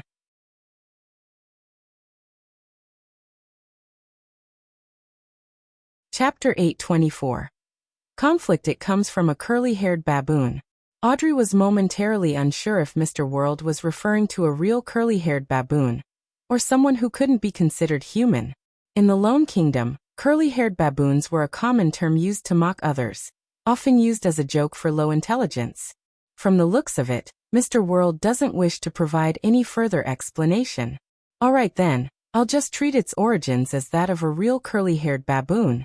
Audrey didn't ask further as she said, "Didn't I visit a place that had the tradition of worshipping dragons while seeking out the traces of a mind dragon? But didn't you discover that the mind dragon lived in the sea of collective subconscious in the local residence? And to ensure your safety, you chose to leave?" Katlia replied. "You went back?" Furs asked with a guess. Audrey shook her head. "No, I've long left the area. I've only heard of a rumor recently. An archaeological team entered one of the villages in that area. A member suddenly went mad at night, and the mental illness seemed contagious. The other members went mad in turn as they killed each other or themselves. Eventually, not a single member survived." Alger was just about to say something when Katlia said, "This matches the traits of a mind dragon." "I have no doubts about that. I'm just curious if the mind dragon will remain in that region." Audrey expressed her thoughts. "No," Alger and Katlia replied in unison. Sitting at the long-modeled table, the fool Klein made a connection to something else. The anchor of the deities. He suspected that the region's tradition of dragon worship was an anchor to stabilize the mind dragon's state. Before such traditions ceased its practice, that mind dragon likely doesn't need to worry about the problem of an anchor. Therefore, after it leaves, it can hide in a new region's sea of collective subconscious. It doesn't need to take risks to enter the different dreams to create faith. This way, the three churches will lack clues to finding it. After all, they aren't experts in this domain. Even with the corresponding sealed artifacts, they will, at best, only be capable of entering the sea of collective subconscious or force the mind dragon out. Instead, the psychology alchemists might be able to figure something out. As Klein thought casually, he made the world say, "The tradition of dragon worship is very beneficial in stabilizing the mind dragon's condition. You can get people to take note of such matters. If large-scale changes occur, then it means that the mind dragon is creating similar traditions in other places." He originally wanted to mention that he suspected the mind dragon to be an angel, one at sequence 2, but on careful thought, he found it impossible to determine that. Indeed, when humans reach sequence 2 and reach the level of an angel, they will need the anchor of faith to secure themselves to prevent themselves from going mad. But that is a dragon in the true sense of the word, an ancient beyonder creature. It has the madness inherited from its ancestors, and even if it's cleansed and weakened every generation, it's definitely easier for it to lose itself compared to humans. Therefore, it might be a sequence 3, or even a sequence 4 that needs an anchor to resist its inclination of losing control. That folk tradition is beneficial in stabilizing the dragon's condition? Audrey asked in doubt and puzzlement. Yes. The world didn't give an explanation aside from providing an affirmative response. Audrey subconsciously turned her head to look at the other end of the long bronze table. She began considering if she needed to consult Mr. Fool and pay the corresponding price. Upon seeing this, the fool Klein surveyed the area and said with a chuckle, "Why do you think the various deities want to spread their faith? Isn't it because God loves the world so much?" This standard and orthodox answer surfaced in Audrey's mind. Following that, she, Alger, Katlia, and the other members thought of the second answer. Stabilization of one's condition. No way. At that moment, Furs found her brain lacking. No matter how good she was at coming up with stories, there was no way she could come up with something like that. To think that's the case. No, I can't eliminate the possibility that Mr. Fool is only mentioning one of the possible reasons. He is secretly eroding away the Lord of Storm's authority. This is related to godhood? I should consult Her Majesty about this in the future. Katlia nudged the heavy glasses on her nose bridge as she made a guess. Alger had previously seen the picture, and when he heard such matters, he no longer had that trembling sense of paralyzing fear. Instead, he began seriously considering why faith could stabilize the conditions of a demigod creature. The other members, including Derek, felt a little horrified. They felt that what they had heard was sacrilegious. They didn't dare think too deeply about it or say a word. This wasn't something that only involved the evil gods like the true creator. It had an intimate connection to the 7 orthodox deities and the existence of the City of Silver creator. The fool Klein didn't say anything further as he allowed them to maintain their silence while he appeared extremely relaxed. After about 10 seconds, Audrey forced a smile and said, "That's all I've encountered recently." What she meant was that that was all from her, and it was the others' turn. Furs and Emlyn had nothing they encountered that was worth informing to the others. They shook their heads, indicating that they had nothing to say. Of course, the latter actually wished to flaunt his victory of the hunting competition that won him the ring made by the ancestor. Alger thought for a moment and looked at Gehrman Sparrow. Can that picture be shared with everyone? He believed that the picture was directly connected with certain matters that happened in Afternoon Town and the Giant King's court. It gave the Sun some prior knowledge of what would be discovered or encountered if the City of Silver were to continue exploring. From that, he would be prepared ahead of time, allowing him to avoid danger. And it was because of this that sharing was a better choice than keeping it to himself. I don't mind. Klein had similar considerations as he made the world reply. What picture? It seems to be very important. This is a picture Mr. Hanged Man and Mr. World saw during their partnership in finding the Tyrant card? Audrey waited in curiosity. Gazes were cast over as Alger obtained Mr. Fool's approval, as he conjured the picture of the City of Silver creator being eaten by the Kings of Angels. The bloody, sinister, terrifying, and dark picture instantly left the Tarot Club members stunned. Even the knowledgeable Katlia momentarily lost her ability to think. Who are they? What are they doing? This is way too brutal a meal, right? Us sanguine no longer do such things ever since the 4th epoch. We respect life and only drink blood. Emlyn was quite stunned by what he saw. As he had never seen the 6 statues in the Tudor ruin, he was unable to recognize the 3 figures. Back when the world shared the images of the 6 statues, he had yet to join the Tarot Club. However, he recognized the victim from the resplendent cross. He was likely, probably the creator of the City of Silver, the legendary ancient sun god.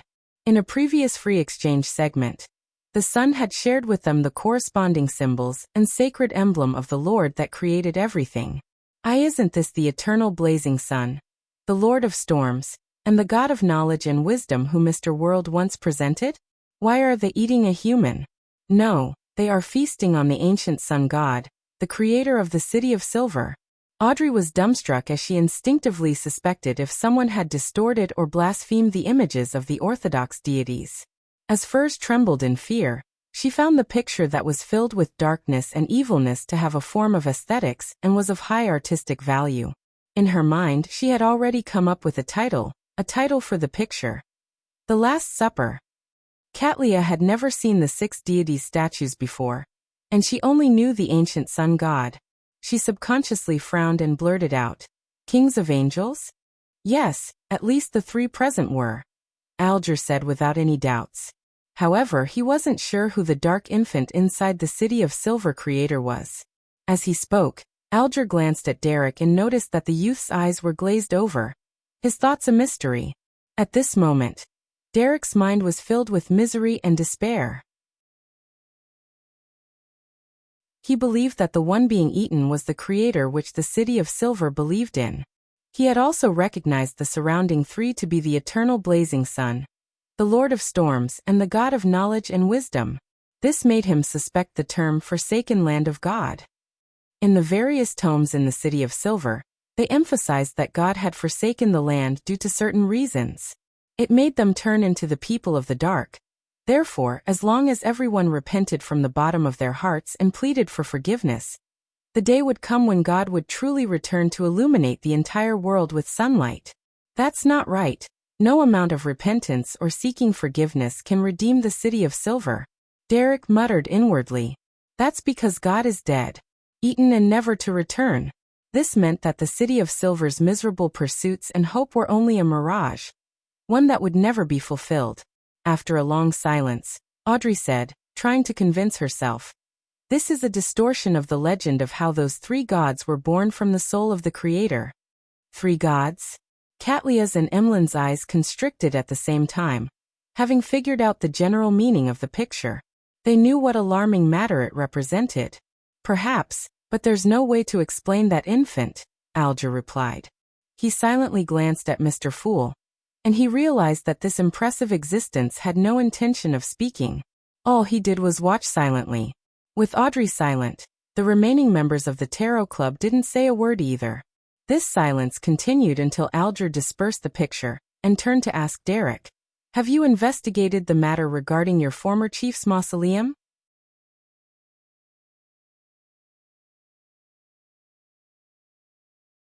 Chapter 825.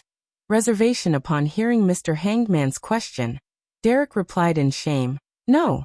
I've been constantly assigned to patrol missions recently, and I didn't have the time to investigate." Alger wasn't too surprised, but he was puzzled over one thing. Why don't you get the help of a few friends? You don't have to tell them your true motives. Split the task into very minor missions that wouldn't garner much attention. Let them search for information in different areas. This way, even if anything gets exposed, it wouldn't implicate them in a fatal way. Derek fell silent for a few seconds before saying, "I do not have friends." Before his parents died, he had a certain number of friends from general education classes, and those at the combat training field. After all, there weren't many people that are roughly the same age in the City of Silver. They often got to meet each other, and they would even become teammates. However, after his parents' death, Derek had become introverted for a very long period of time. Burdened by the secret of the Tarot Club, he unknowingly distanced himself from his friends and stopped interacting with them. The last time someone visited him at home was Dark Regents who had been corrupted by the true Creator. Alger choked on the son's reply. After taking a breath, he reorganized his words. "That's not a good thing. You won't be able to rescue the City of Silver just by relying on yourself. You have to unite a group of people, friends who can provide you with help during critical moments." "But this will make them be suspected," the son said hesitantly. Alger immediately said sternly, "Being suspected is better than being dead. The City of Silver is now at a dangerous crossroad. You have to carefully consider what needs to be done. It's impossible for there to be no sacrifices in such matters. There will even be a large number of sacrifices. Do you wish for their sacrifices to be worthless, or to be of value?" He didn't provide any further persuading words as he allowed Derek to inwardly struggle over what he had just said. Mr. Hangman is always able to find a reason to convince someone. Klein sighed and made the world Gehrman Sparrow turn his head to look at Justice Audrey. "Are you currently able to treat relatively serious mental illnesses?" His only understanding of a psychiatrist was frenzy and dragon might. He knew little about the rest, having only heard Miss Justice occasionally mention placate and psychological cue. Therefore, he wasn't sure how capable she was at treating mental illnesses. Audrey's attention was caught as she eagerly replied, "Yes, I can. There's no problem. Mr. World, do you have a friend that requires treatment? I happen to lack patience," she thought in excitement. At this moment, Emlyn raised his right hand and held it to his mouth and nose, as though he already knew the answer. Klein silently sighed and made the world said with a low chuckle, "No, I'm the one who needs treatment." The entire magnificent palace suddenly turned extremely silent. Alger, Katlia, and Furs all knew that Mr. World was a crazy adventurer, but they never expected him to have a relatively serious mental illness that brought him to the brink of complete insanity. This is the price for strength? Furs trembled as she felt increasingly afraid of Gehrman Sparrow. Communication and reasoning were still possible with a crazy adventurer, but it was impossible with a lunatic. The mental terror candle wasn't able to fully treat his mental illness? It has already reached such a severe state? Emlyn, who had expected this, felt that the world could go mad at any moment. Derek didn't think too much about it, solely feeling concerned for Mr. World. He had wanted to say that the City of Silver had a psychianalyst that could provide treatment, but realized that it would expose too many problems. All he could do was shut his mouth as he looked at Miss Justice with an expectant look. Audrey was alarmed, lost, and puzzled. She said with some deliberation, "Mr. World, based on my observation, you shouldn't have any relatively serious mental illnesses. If it's just anxiety and immense pressure, you can condition yourself and properly relax yourself to recover. There's no need for direct treatment." The World Gairman Sparrow chuckled and said, "The reason you didn't discover it is because the mental illness from before has been treated. I'm only making a reservation. If similar signs appear again in the future, I wish to receive timely treatment." "I see." Audrey nodded in enlightenment. She suddenly felt a little pity for Mr. World. She felt that this cold reaper who had killed several sequence 5s a week was a cold and profound blessed of Mr. Fool. He was a powerful and fear-inducing beyonder, but he was also someone whose inner feelings resembled an ordinary person. He was currently suffering from immense stress, and was being eaten away by various kinds of negative emotions, slowly walking into an abyss of pain. After a few seconds of consideration, Audrey sincerely said, "If you are within my reach, it wouldn't be a problem." After her coming-of-age ceremony, she had obtained a certain level of autonomy. She could spend her holidays at her parents' family castle, or stay in Eastchester County's Stone City on her own. However, this freedom was still limited. She couldn't head anywhere she wanted. Even in Stone City, there were many areas she couldn't visit. This could only be circumvented if she joined certain charitable organizations of the Church of the Evernight Goddess. All right. Having grazed a traveler, Klein heaved a sigh of relief. He made the World reply, "You can confirm the location when the time comes and prepare the means to not expose your identity." Audrey tersely answered as a scene naturally surfaced in her mind. She and Mr. World would be in 2 separate compartments somewhere, with a wall or wooden board in between them as she conversed with him and administered treatment. In such a situation, Mr. World wouldn't be able to determine that it's me. To him, it doesn't matter as long as he's treated. This also means that if I can't make myself available, I can get Susie to do it. Mr. World definitely wouldn't believe that the one treating him is a dog. Oh, Susie doesn't know the existence of the Tarot Club.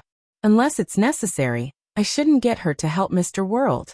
As Audrey thought, she suddenly felt the joy from thinking up a prank, as she went through a great deal of effort in order to stop the corners of her lips from curling up.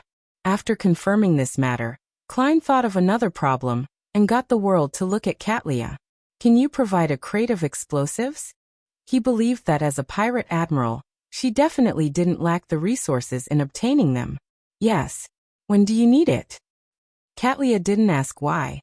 With Gairman Sparrow killing so many sequence 5s, a crate of explosives was nothing. "Send it together with Broken Finger." Klein controlled the World to say, "How much will it cost?" Katlia replied without minding it, "Just treat it as a freebie for purchasing Broken Finger." A crate of explosives wasn't expensive at sea. They were even rather cheap. "I like that." The fool, Klein secretly said as he made the World nod, and then remind everyone. "That picture from before, try your best not to recall it or even try to draw it when out in the real world." Audrey and the other members subconsciously glanced at the other end of the long bronze table, and realized that Mr. Fool didn't say anything against it. They immediately turned serious and didn't dare to be careless. This also made Katlia's thoughts of writing to Queen Mystic Bernadette about this matter be placed on hold. She had to consider a suitable method that could avoid influencing factors. Following that, the free exchange segment slowly came to an end as the area above the gray fog fell silent. Returning back to the future, Katlia stood behind the window of the captain's cabin. She was clearly in a dilemma. Finally, she took a deep breath and exhaled. As she nudged her glasses, she left the captain's cabin and walked to Frank Lee's room. This first mate had been chased to the bottom cabin after the crew's unanimous vote. It was to prevent his experimental products from suddenly spreading. Frank Lee was rather pleased with this because his new residence was much more spacious. Furthermore, It also suited the condition of a dark environment. Knock, knock, knock. Katlia came to the bottom cabin and rapped at the door. Wait a moment. Frank Lee shouted a reply. It was unknown what he was busy on. After a minute, he opened the wooden door with his sleeves rolled up. He asked in puzzlement, Captain, is there something? Katlia didn't directly answer him as she used her night vision to peep into the pitch-black interior. She saw bluefish laid on the table with their eyes wide open. From the gap between the scales, green sprouts grew out. Some were already mature with an ear of wheat. You succeeded? Katlia held back her instinct to take a step back as she asked. Frank nodded in glee before shaking his head. Not yet. But I've already made significant progress. I've crossbred wheat, mushrooms, and a bit of a rose bishop cells, and I achieved a first-stage product. Placing them in the stomachs of fish, they will be able to absorb the flesh and blood to grow to maturity even without any light. But the current issue is that the target is supposed to be monster corpses. There's a need to prevent the poison and madness accumulated inside to not spread to the food after their flesh and blood is absorbed. Also, producing them is a problem. There's definitely not that many rose bishops who are willing to be material. Therefore, there's a need for them to have the ability to split and absorb flesh and blood themselves. After hearing Frank Lee's description, Katlia silently nudged her glasses. Will such food begin to absorb flesh and blood and multiply, while inside a human's stomach after consumption? Frank Lee fell into deep thought. After a few seconds he said, In theory no. Because no one will eat them raw. I will have to test its activity under high temperatures. No, they still lack the ability to split themselves. It doesn't matter if they have any activity. Seeing Frank Lee in his confused state, Katlia fell into a dilemma again. After a while, she slowly asked, I have a channel that allows me to obtain a druid's beyonder characteristic. Do you need it? Ah, of course. Frank became thrilled. Many a time, my abilities are what limit my ideas. I kind of regret it. Katlia suddenly had such a thought.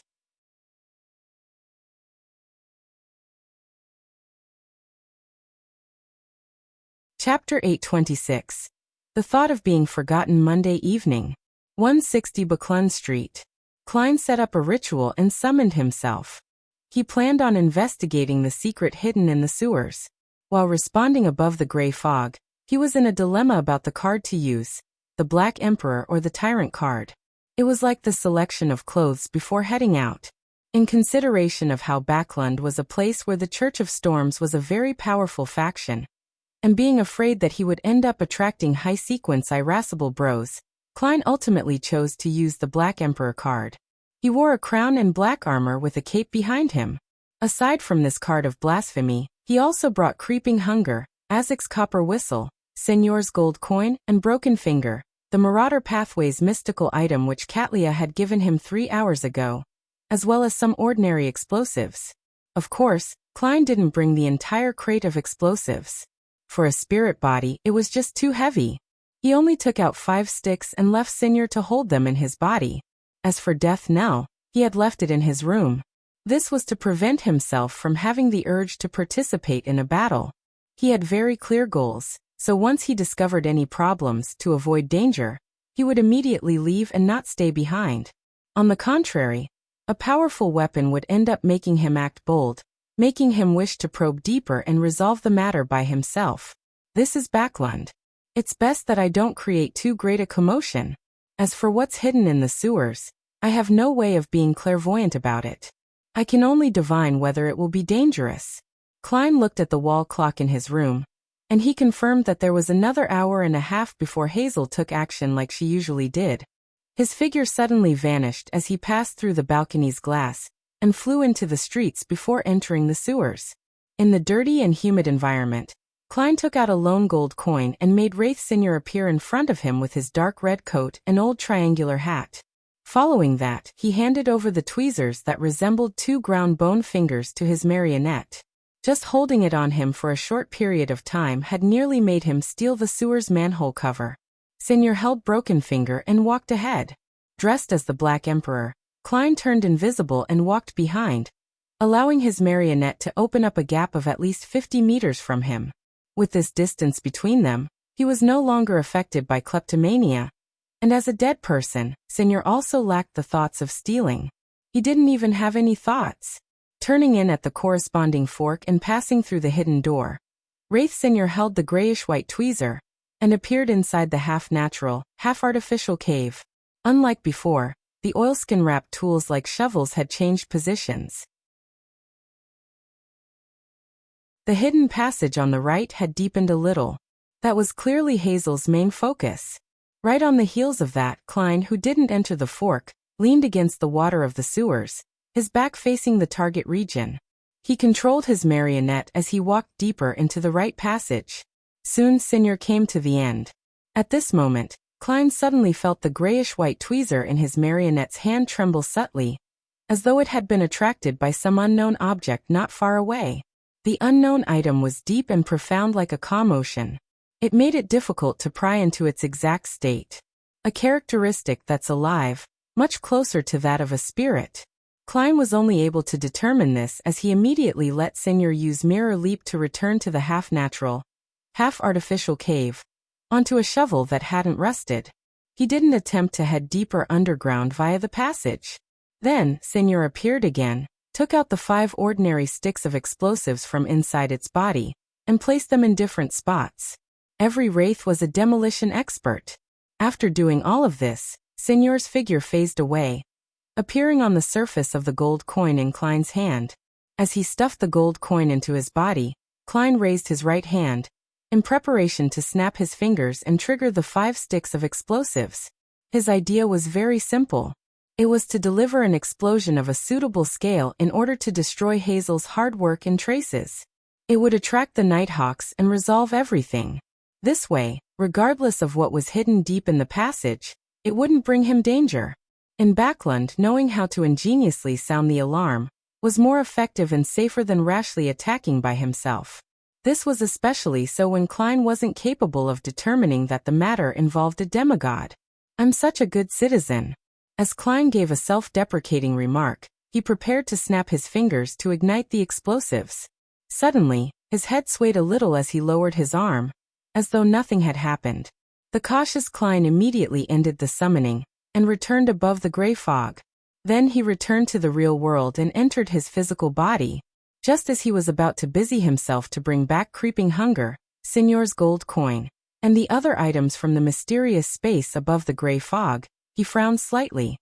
He seriously recalled the entire process of his late-night exploration when he was alarmed to realize that he had apparently lost a small portion of his memories.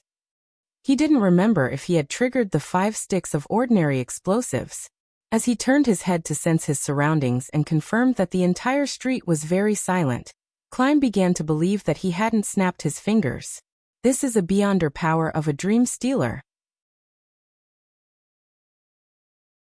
It seems to be much stronger than Mobit. If not for the gray fog and my habit of doing an after-action review, I might not have discovered that my thoughts of triggering the explosives were stolen away. The other party might have also snapped his fingers, but without the flame-controlling powers to work in concert, nothing happened. Klein's expression turned grave as he thought, prepared to make another attempt. Similarly, to prevent himself from being tracked, he still summoned himself and responded to himself. With the Black Emperor card, Klein left 160 Backlund Street from another side, deliberately circling 2 streets away before arriving at the sewer's manhole. This time he didn't approach the fork. Staying not far from the manhole, he used his enhanced flame controlling to sense the explosive and lifted his right hand. He raised it and lowered it as Klein rapidly ended the summoning, and returned above the gray fog to prevent himself from being attacked by an unknown existence. Not in a hurry to return to the real world, he sat at the chair of the world, doing a debrief of the entire process. I forgot to trigger the explosives again. If I didn't force myself to recall this, I wouldn't have even considered such a problem. Truly quite impressive. The one that steered Hazel to the sewers to dig is probably a demigod. Why didn't he directly parasitize Hazel? Could it be due to particular reasons that he's sealed somewhere in the sewers, and can only release some of his powers to drive Hazel to help him via a dream? The one that caused broken fingers to react abnormally via the law of Beyonder characteristic convergence is also him? He is unable to control the signs in regards to this? Klein thought as he wrapped the corner of the long-modeled table. After having a rough guess, he discovered that there was apparently no way of truly carrying out his original plans. This was because his thoughts would be stolen once he entered the distance in which he could use flame controlling to ignite the explosives. Even if he recalled it later, there was no way to make up for it. Considering how Hazel would be affected by her dream, Klein suspected that the limits to the person's powers didn't stop at the manhole. If he discovered that Hero Bandit Black Emperor was related to Dwayne Dantes, then he would lose his corresponding thoughts and memories even while sleeping in his bedroom. However, he has no way of locking onto me by passing over the gray fog. Does he think it's so easy to stop me from sounding the alarm? Klein thought as he cautiously summoned a paper figurine and used a tiny amount of the powers of the mysterious space above the gray fog. With the ritual that had yet been terminated, he conjured an angel and forcefully created an interference effect. After doing this, he carried the Black Emperor card and entered his bedroom with his door of summoning. Klein's new plan was to head to another street, find a random house, and borrow some pen and paper to write. At the end of the 6th left fork in the Buckland Street sewers, there's a secret passage that's suspected to hide a demigod from the Marauder pathway, or something similar. Then, with the image of Buckland Street, he would plaster the piece of paper on St. Samuel Cathedral's entrance as a public notice. Of course, he would politely knock on the door to let the bishops inside sense it to prevent ordinary people from first seeing it. At times, the most primitive methods are the most effective ones. Just as Klein was about to leave 160 Buckland Street from another area, he suddenly felt a tremor as a deep rumble sounded from afar. It was ignited? The explosives were ignited? Who did it? Klein paused in surprise. It was definitely not done by him, as it couldn't have been delayed for so long. And previously, there wasn't anyone in the sewers. Even if there was someone, the thought of igniting the explosives would be stolen away, unless a demigod happened to come. But how could it be this coincidental? There's another possibility. It was done by the demigod from the Marauder pathway. He had repeatedly stolen my thoughts before, preventing me from using flame controlling. It was to buy time to leave. Now that it's finally done, he triggered the explosives to destroy all the evidence? That adheres to logic, as he should know very well that a powerful being whose origins can't be traced cannot be stopped if he insists on sounding the alarm. The best solution is to drop its tail in order to survive, just like a gecko. However, if he can leave, why did he steer Hazel into digging the secret passage? Doing so will deal tremendous harm to him? Klein thought of certain possibilities, but he was unable to verify any of them. Furthermore, he was certain that the underground explosion was bound to have already attracted attention. Hence, he immediately left Creeping Hunger and other items behind, terminated the summoning, and returned above the gray fog. After returning to the real world, he stopped the ritual, cleared the altar, and cleaned all traces before getting into bed. 39 Buckland Street, Member of Parliament Mock's house. Hazel, who didn't sleep at all, was alarmed by the tremors and deep humming sound. She walked to the balcony and drew the curtains to look towards the sewer manhole. However, she didn't notice any anomalies. After observing for a while, the uncertain her had decided to cancel her operation for the night and sleep in peace. At this moment, she suddenly heard squeaking as she turned to look at the corner of her balcony. At some point in time, there was a gray rat sitting there covered in sewage water.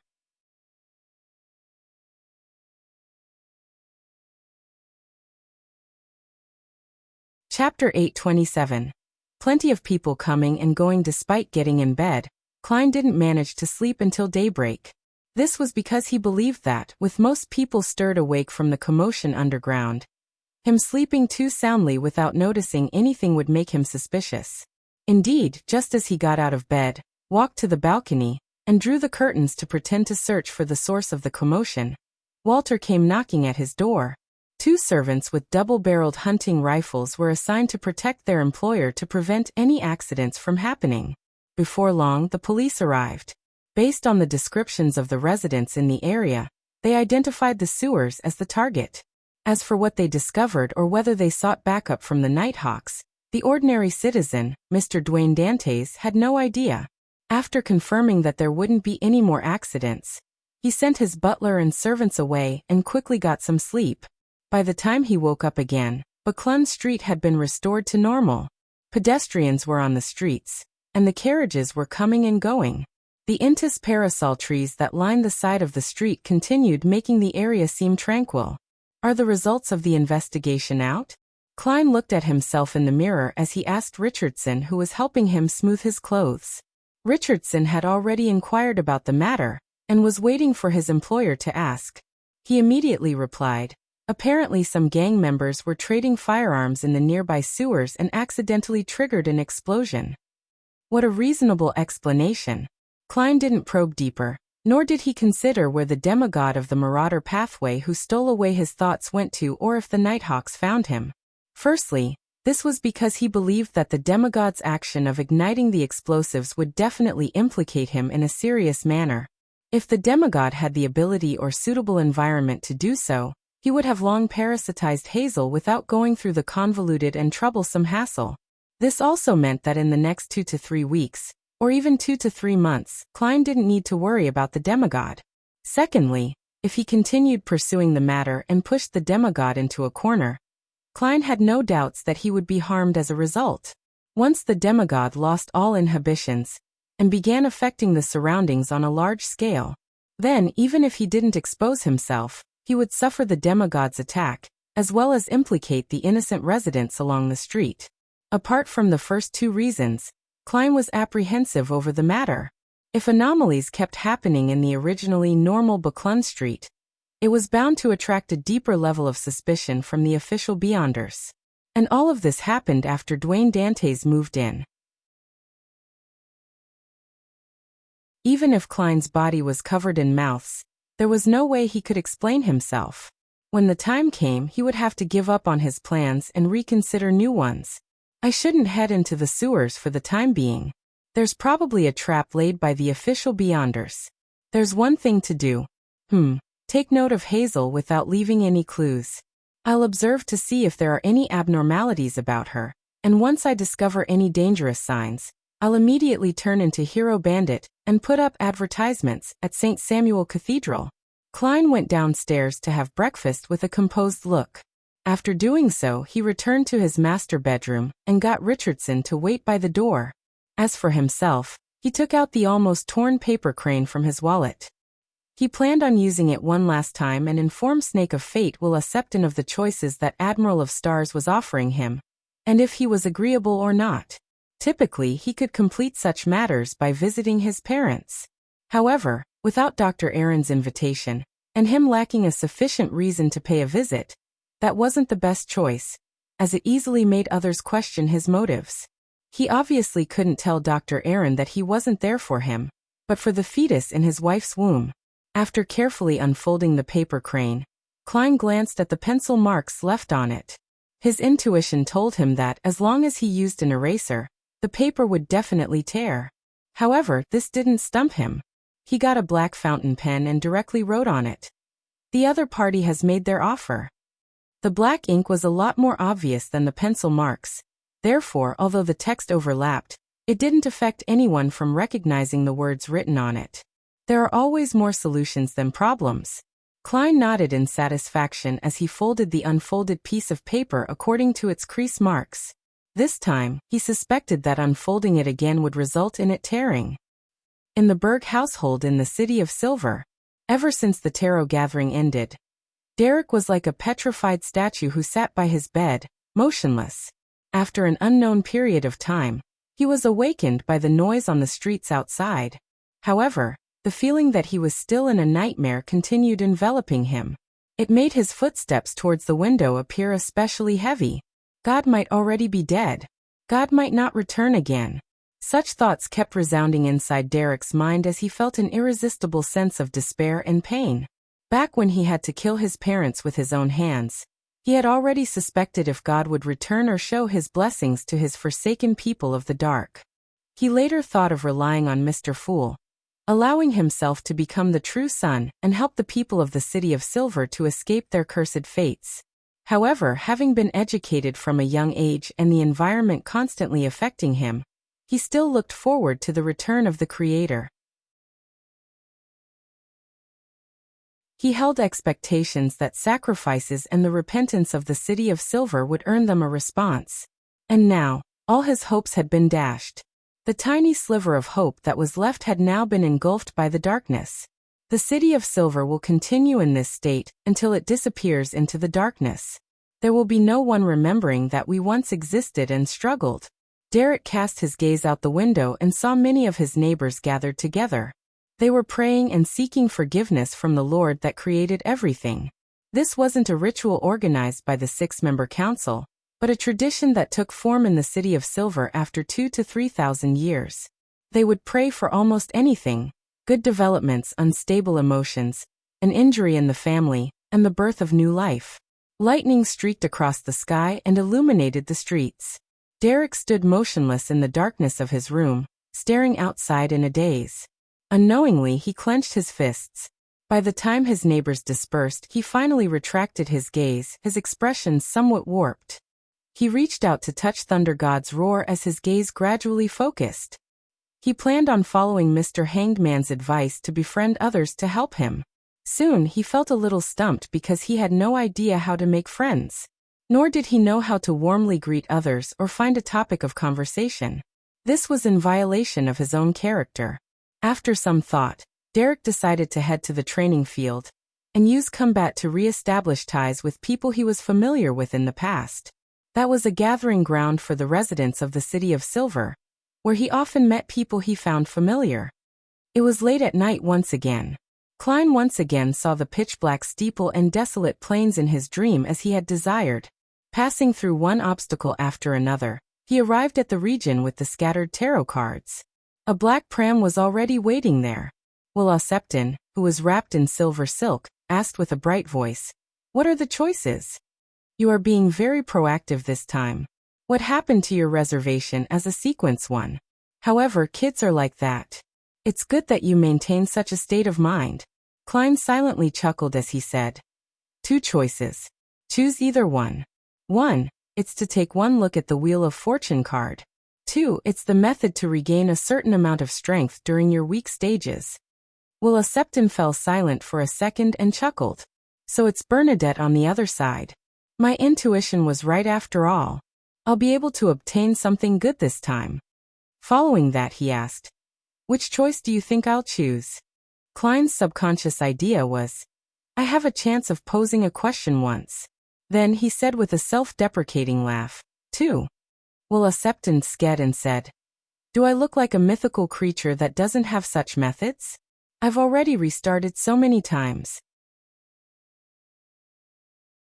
I definitely have the right state of mind to make preparations." "Reasonable." Klein nodded and said, "You wish to take a look at the Wheel of Fortune card? Or do you want them to switch the choices?" Wuxia sucked at his thumb and said, "I choose 2. Klein's expression froze. Wuxia smiled and said, "Knowing one more method means one more trump card. Isn't that the right thing to do?" "Yes, whatever you say is right." Klein replied in exasperation, "All right. When can you complete the transaction?" Wuxia waved his short arms and said, "Of course it's when I'm born and have the placenta blood. This will probably be in early July, but it might be brought forward." Having said that, he relaxed his limbs as he chuckled. "I wouldn't mind it either if they wished to hand me the method ahead of time." "They?" Klein subconsciously asked, unsure how the Snake of Mercury knew that it was they and not her. "Queen Mystic Bernadette." Wuxia sucked at his thumb and said indiscernibly, "Bernadette has already passed that stage. The stage, that needs a drop of mythical creature blood, is likely being prepared for her subordinate." "Is that the case? Ma'am Hermit needs it?" Klein asked thoughtfully. "What is that drop of mythical creature blood for? The main ingredient of some potion?" He connected it to the fact that a drop of divine blood from the eternal blazing sun could be used for the unshadowed potion's main ingredient. "No, isn't it suicidal for other pathways to consume the blood of a fate pathway mythical creature?" Wuxia said with a scoff. "I heard that to advance from sequence 5 to sequence 4 for the mystery prior pathway, There's a need to completely analyze a drop of a mythical creature's blood, and from there, obtain complicated and massive amounts of knowledge. This is part of the ritual. As the mythical creature blood used is different, what they will be proficient at during the mysticologist stage will also differ. To think that's possible. The rituals of the different pathways and different sequences all have their unique traits. Klein bowed in enlightenment and said, "Thank you for your answer." Will Septon waved his hand and said, "Stop disturbing me. Letting me be born in peace is the greatest form of gratitude." Without waiting for Klein to answer, he added, "Giving me that method doesn't count." With that said, the black pram retreated and entered the shadows before vanishing. Klein watched the surrounding walls collapse as he silently heaved a sigh of relief. He planned on escaping to sleep again. At this moment, he froze because he discovered a new power infiltrating his dream. Another one is coming just after one left. This is more lively than in the day. As Klein changed the dream according to his wishes, he pretended to look around in a daze.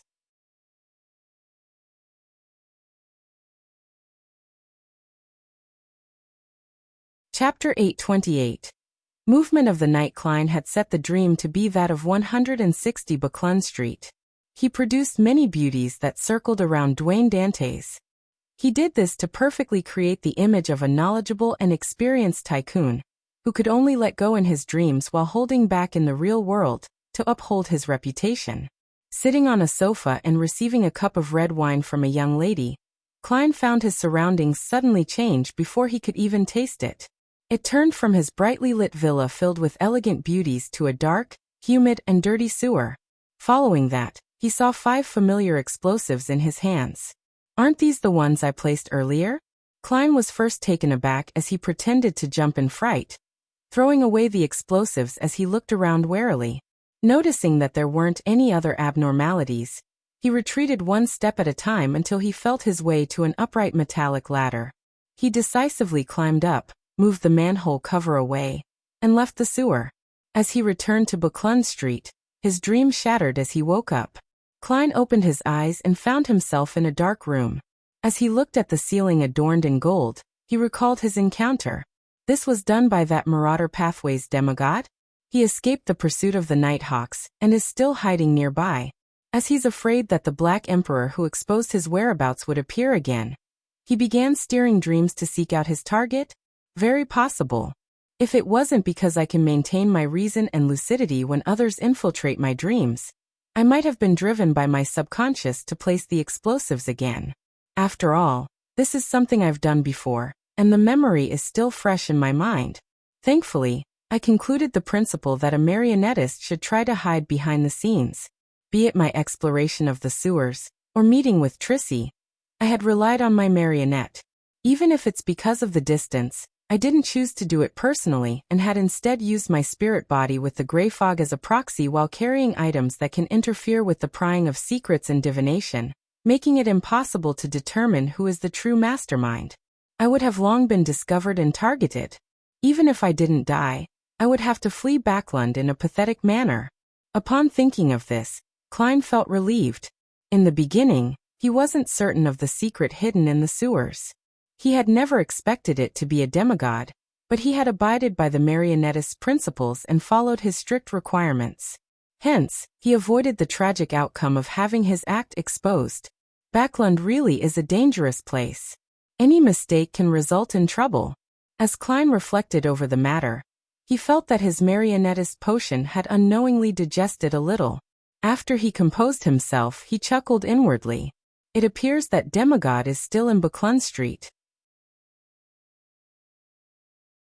He's probably hiding in Hazel, or maybe even by her side.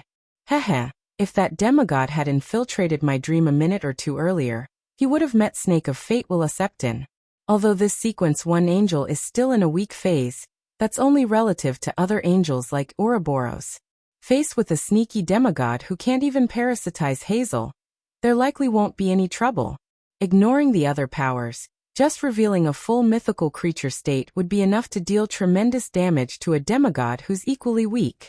I dare to bet that Will Septon must have sensed it ahead of time to choose that time window to come out, thus successfully avoiding an encounter with any other demigods. Unfortunately, I wasn't able to make that marauder demigod understand how dangerous it is to randomly infiltrate dreams in Backlund. Leonard definitely knows this very well. Klein reined in his thoughts and pretended as though nothing had happened. With cogitation, he fell asleep again.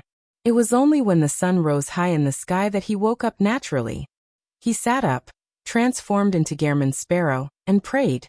Please inform Ma'am Hermit that the angel has accepted the method to regain a certain amount of strength during one's weak stages. He has agreed to complete the transaction in late June or early July. You can also ask Bernadette about when I can meet her.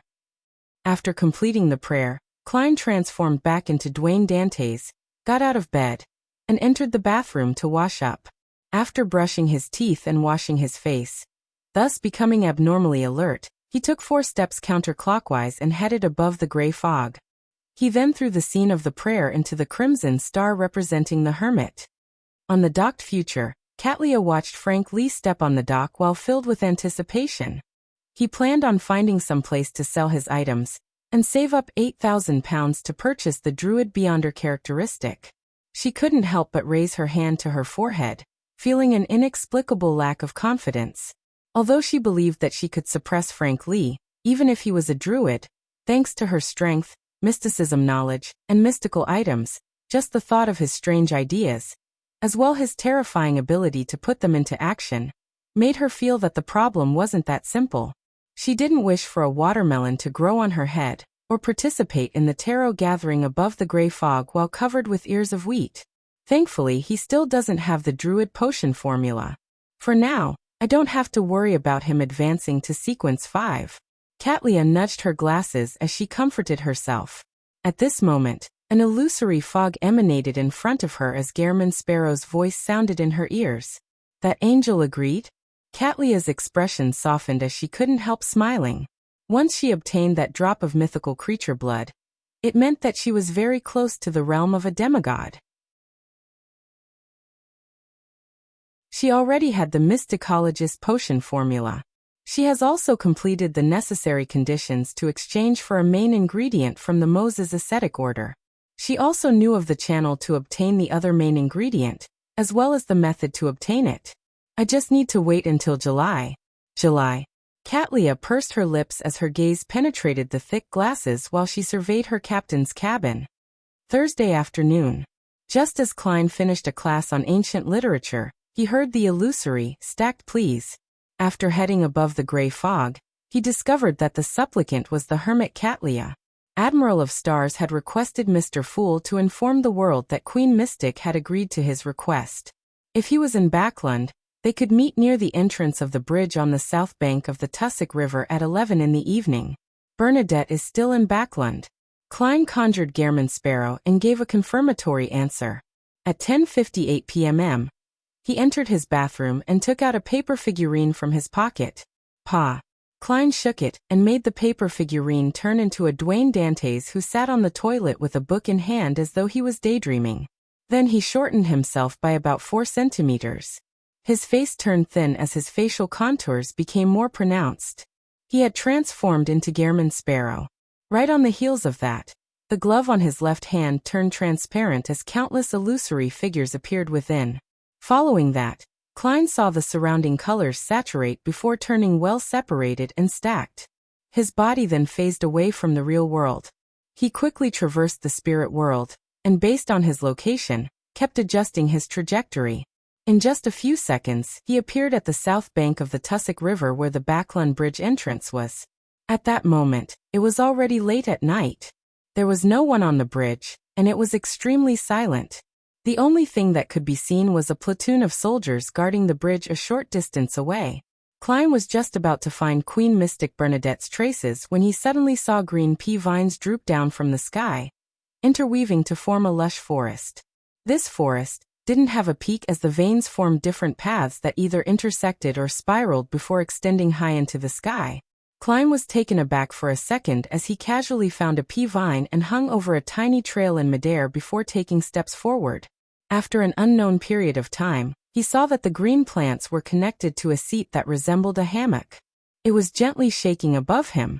Queen Mystic was sitting there, wearing a white intis-styled shirt and a dark black jacket. By her waist was a thin rapier. Other than not wearing a triangular hat, she was dressed like a standard pirate captain. She didn't only reveal her black leather boots like she did back when she interacted with Sherlock Moriarty in Backland. At that moment, her chestnut hair cascaded down as her blue and deep eyes looked over. She gently said without any emotion, "Thank that existence behind you on my behalf. So you are still quite respectful towards the fool." The few answers I previously gave her had likely resolved some of her confusion. With the mask of Gairman Sparrow on, Klein politely replied, "All right." Bernadette's eyes didn't shift as she continued looking at him. "Is there something this time?" Klein paused for a second as he said the words he had already prepared. "I wish to receive your help in reproducing the prolonged state of being contaminated by the core seal's power behind Cheney's gate of the Church of Evernight." As he spoke, Klein made Wraith Senior appear beside him. Bernadette looked deeply at the upright Admiral of Blood. Without asking Gairman Sparrow how he knew that she had the means, she calmly said, "The core seals in the different cathedrals of the Church of Evernight are different. The state of contamination will also be different. Is it the Evernight pathway, the death pathway, or something else? Is it a main diocese cathedral, or a typical central cathedral in a city?" She had directly eliminated the option of the Church of Evernight's headquarters, the Cathedral of Serenity.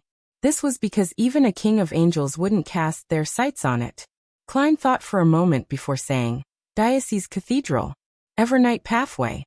Bernadette nodded gently and said, "Then, I can allow him to suffer the corresponding contamination, but doing so will basically destroy this marionette of yours.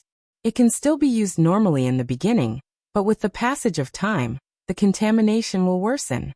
He will slowly fall asleep, never to awaken." "Can the time it takes for the complete contamination be pushed back?" Klein asked, holding back the pain of potentially losing a marionette.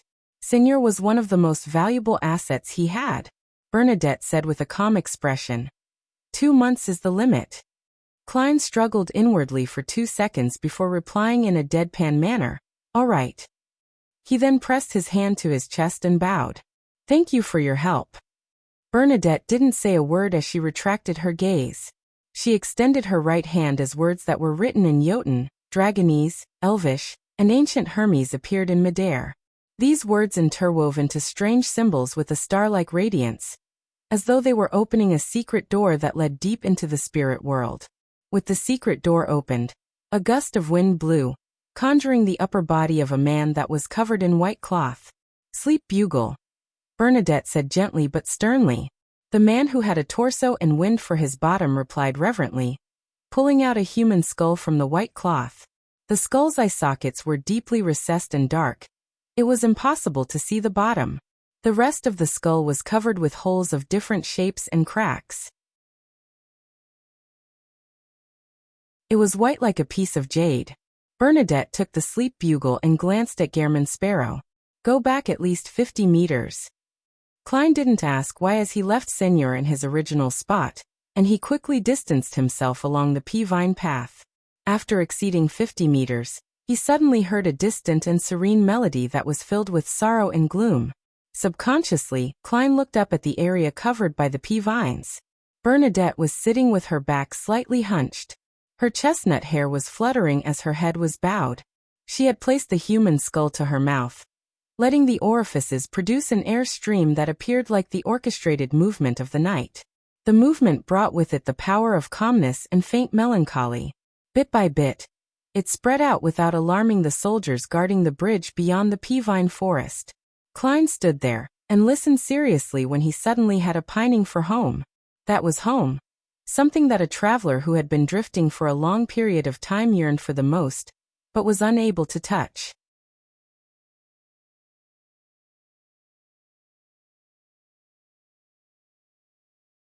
Chapter 829. Arrival of June in the dark night, and within the green vine forest, Klein closed his eyes as he listened to that musical movement that was emitted from the sky. He felt calm in both body and mind, but he felt a faint sense of depression and sadness grow, emanate, and resonate. After an unknown period of time, The soothing melody finally disappeared as the hanging pea vines gently swayed in the night wind. Klein sighed silently as he opened his eyes and looked up. He saw that Queen Mystic Bernadette had handed over the orifice-filled human skull back to the servant, that was half man, half wind. "It's done." Bernadette's gentle and calm voice sounded. "Thank you for your help." Klein bowed once again as he controlled Wraith Senior to return to his side. At this moment, the pea vines retracted upwards and slowly turned faint. Soon, the green forest vanished. Klein and Senior simultaneously landed at the entrance to the bridge. There was no one around this silent area, apart from a platoon of soldiers whose backs were facing him. There was nothing different from before. The fairy tale-like scene from before was like an illusion. Only then did Klein have the time to observe his marionette. He discovered that his marionette appeared more like a dead man than before. His face was pale and his aura cold. He gave off an obvious sense of gloom. This is likely the result of a single high dosage of contamination. If it's just guarding Cheney's gate for 1 to 2 times a week, with each duty happening during the day, it wouldn't be this serious. It's impossible that 2 months is the limit. If that's the case, even if it's the church of an orthodox deity, it won't be able to afford such losses. I expect a normal keeper to live for several years, or even more than 10 years. However, it's easy to mutate midway and lose control. Sigh, they likely already know of the outcome when they chose to become keepers.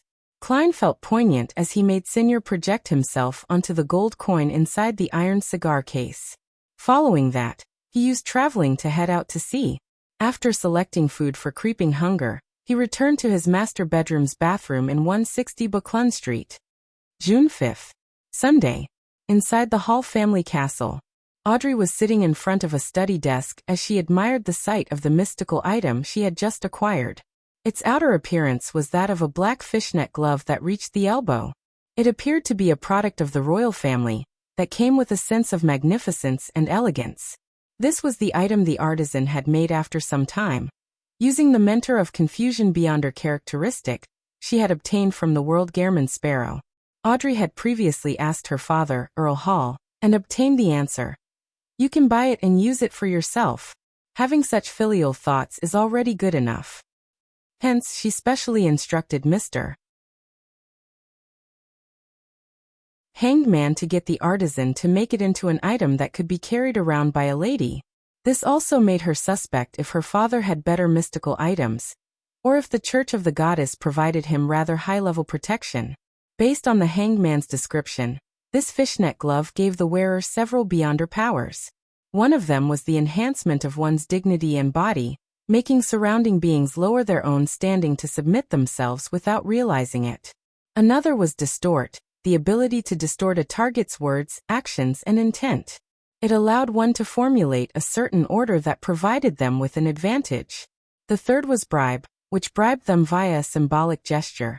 It allowed the target to feel a great sense of fondness, making it difficult to have any thoughts of animosity, or even wish to fight the wearer. If the conditions were suitable, the person who received the bribe had an extremely small chance of attacking their companions. Audrey heard from Mr. World that this was one type of bribe, beyond her powers, that was known as bribe charm. The last was to produce a chaos effect on a target or surrounding area, making it difficult for attacks to land on the wearer, and making the enemy easily choose to make the wrong judgment. Audrey was very satisfied with these effects. However, what vexed her was that the artisan's level was lacking. The sequence 5 mystical item he created had relatively serious negative side effects. First, it would make the wearer's psyche slowly grow dark, making them often wish to take shortcuts, use schemes or dishonorable methods to complete matters. Second, the wearer would enter a state of chaos after wearing it for more than 3 minutes. Audrey had tried it previously, and she had made a mistake without realizing it when she was bathing. The normal procedure was to let her maidservant fill the bathtub with water, and adjust the temperature before she took off her clothes, enter the bathtub, and then finish washing up. However, Audrey had first entered the bathtub, filled it with cold water, and waited until her clothes were wet before she remembered to take them off. The only thing she was thankful about was that she had eventually controlled herself, and hadn't called her lady's maid in to witness such an embarrassing matter. This makes me feel like a curly-haired baboon. Audrey thought in embarrassment and anger. She found the first negative effect acceptable because she was a psychiatrist. She could often check on herself and eliminate her dark thoughts. Furthermore, she had Susie to provide her with help as an onlooker. However, the second negative effect was completely unacceptable. The second negative effect is just too problematic. All I can do is bring it with me. I'll wear it at critical moments. Alright, I still have lie. It will amplify my emotions, so combined with the glove, it will only worsen the darkness in my heart. The current me might not be able to withstand it. Audrey's green eyes darted around as she tried thinking of a solution. At this moment, she heard knocking at the door. Her maidservant, Annie, said from the outside, "Miss Audrey, the Lord wishes to talk to you about something." Audrey left the black fishnet glove on the door as she stood up and came to the door to open it. Earl Hall, who didn't wear a coat at home except for a shirt and matching vest, touched his beautiful beard and said with a chuckle, "Are you not ready? We'll be returning to Backland in a while. Tomorrow night will be your 18th birthday party." As he spoke, Earl Hall looked at Annie and company, indicating that they should retreat. "Sigh, it's the annual socializing season again." Audrey nodded, feigning her maturity. Earl Hall glanced at his daughter and asked with a laugh, "Have you thought of how you can make use of that item yet?" Audrey pursed her lips into a smile. "Of course. I plan on folding it up and putting it into a bag. Susie will carry it. This way, as she didn't wear it or use it, Susie wouldn't find herself in any situations of chaos and confusion, and its dark psychological problems could be treated by Audrey with placate.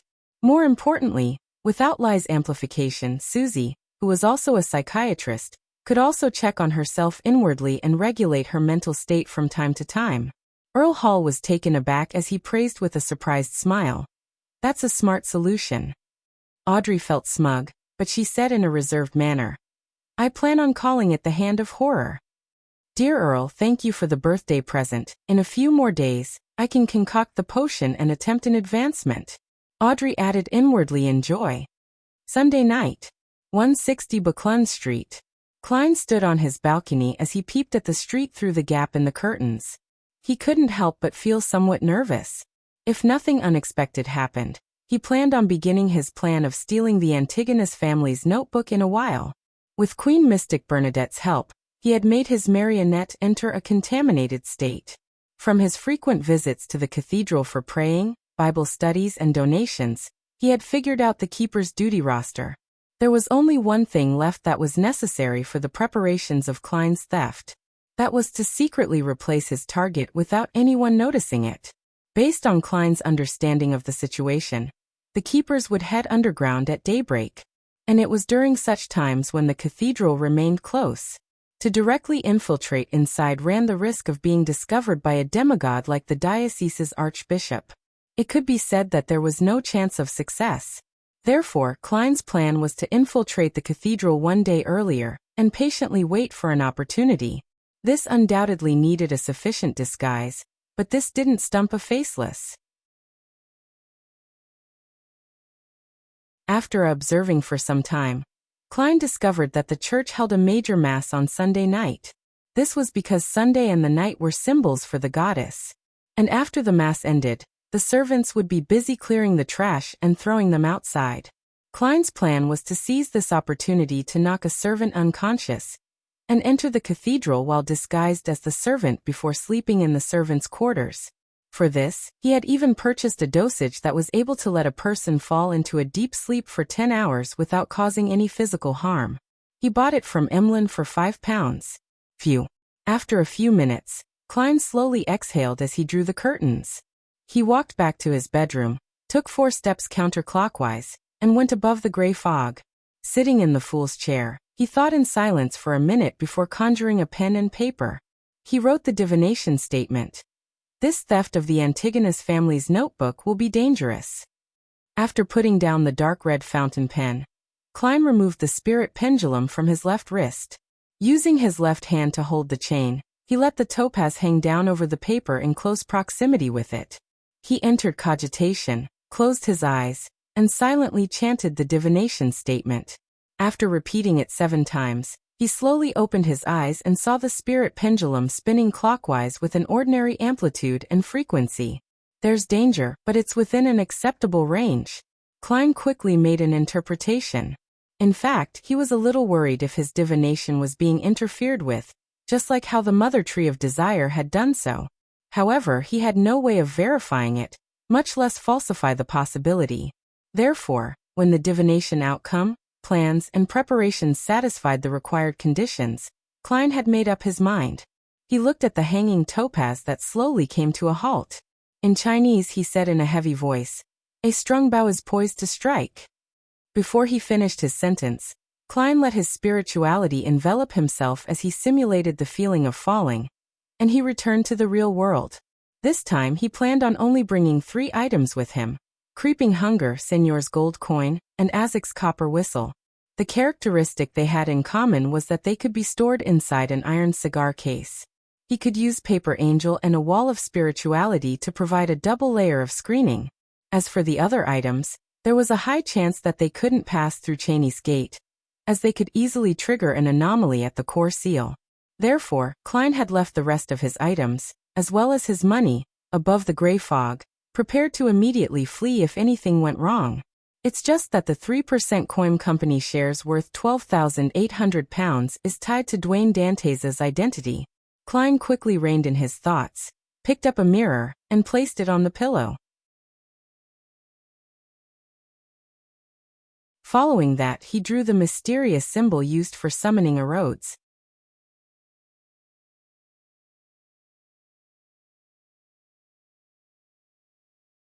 Chapter 830. Infiltration. The mirror on Klein's pillow glowed with an aqueous luster as silver points of light gathered to form Loanese words. Exalted Great Master, your loyal and humble servant, Erodes, is constantly at your service. Klein stood beside the bed and looked at the mirror before calmly asking, "Where is the Antigonus family's notebook located behind St. Samuel Cathedral's Cheney's Gate?" He wanted to confirm the location so that he could directly head for his target and complete his plan in the shortest time possible. Through this, he could avoid all kinds of accidents. Silver text distorted and changed on the mirror's surface, forming a new line of text. "It's a grade 1 sealed artifact. It will be on the right in basement too. I can't see anything more specific." Klein tersely acknowledged as he said, "It's your turn to ask." Erodes immediately dispersed the silver words and presented a new question. "What other instructions do you have?" If this were any other time, Klein definitely would have secretly sked, but his high-strung mind made him nod. "Just watch over my illusion like before to deal with any accidents." "All right, Master." Erodes didn't hesitate to give an answer as it hurriedly added, "I will hold back my instincts. I swear to you, the great ruler above the spirit world." Klein nodded gently, took 2 steps forward, and made the mirror look like Dwayne Dantes. The image became clearer and bigger until it looked real. After some slight adjustments, Klein made it lie in bed as though it was already sleeping. At this moment, he saw Dwayne Dantes turned his head over and smile at him with a toady look. At the same time, he reached out his hands and pulled the blanket towards his head. Without a word, Klein transformed into the cold and crazy adventurer, Gehrman Sparrow, as Creeping Hunger on his left hand turned transparent. His body rapidly phased away as he traveled to the other end of Phelps Street where St. Samuel Cathedral was. Following that, he walked to the square filled with pigeons in the day, and he hid himself in a corner under the guise of the shadows. A short while later, a batch of believers who had attended Mass came out of the cathedral.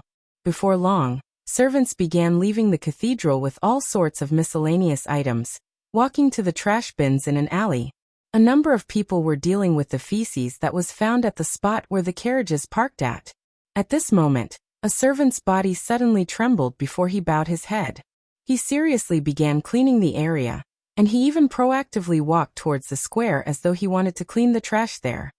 He slowly opened up a distance from the others until he came to a shadowy area. When the other servants stopped placing their attention on him, a hand suddenly outlined itself and reached out of the void, grabbing him by the shoulder and causing his body to phase away into nothingness. Klein had directly traveled to a cheap two-bedroom condominium in East Borough. He had teleported over a few days ago with another identity to rent it. A traveler's ability is really convenient. The only problem is that I need to have a pirate sacrifice his life every time. Klein lampooned to relieve his anxiety as he made the servant lie in bed. Then he took out a long metal vial and threw it at him. The servant caught it and pulled out the stopper before gulping down the soporific medicine in it. In a few seconds, he fell into a deep slumber as Senor surfaced to the side. Klein observed the servant on the bed as his body suddenly softened like he had transformed into a slime monster. However, he didn't collapse into a pool. After some swaying, he instantly shortened his height by 15 centimeters as his skin darkened in color. His facial features moved and soon, he had transformed into the servant. And at this moment, Senor had already taken off the servant's clothes. Without wasting any time, Klein quickly changed into those clothes and moved the items from the iron cigar case over. Picking up the broom and surveying the area before confirming that there weren't any problems, he made Senor return to the gold coin before Klein lowered his left arm and spread his fingers. He watched as creeping hunger produced an indescribable transparency effect. After teleporting back to the shadowy corner, Klein bent his back and began cleaning the area seriously. Step by step, he approached the busy servants but maintained a distance from them to prevent anyone from chatting with him, which would increase his chances of being exposed. After about 30 minutes, the servants gathered together and entered St. Samuel Cathedral and turned into a side door. At a distance away from the priests, a servant stretched his arms and said, "How tiring." Klein pretended to look uninterested in the conversation due to his fatigue, as he tersely nodded without participating in the conversation. Soon, they returned to the servants' quarters. It comprised of 2 rather big rooms, with many bunk beds inside. Beside each bed was a wardrobe and chest. Klein was immediately at a loss. He didn't know whether to head left or right. Thankfully, he was a seer.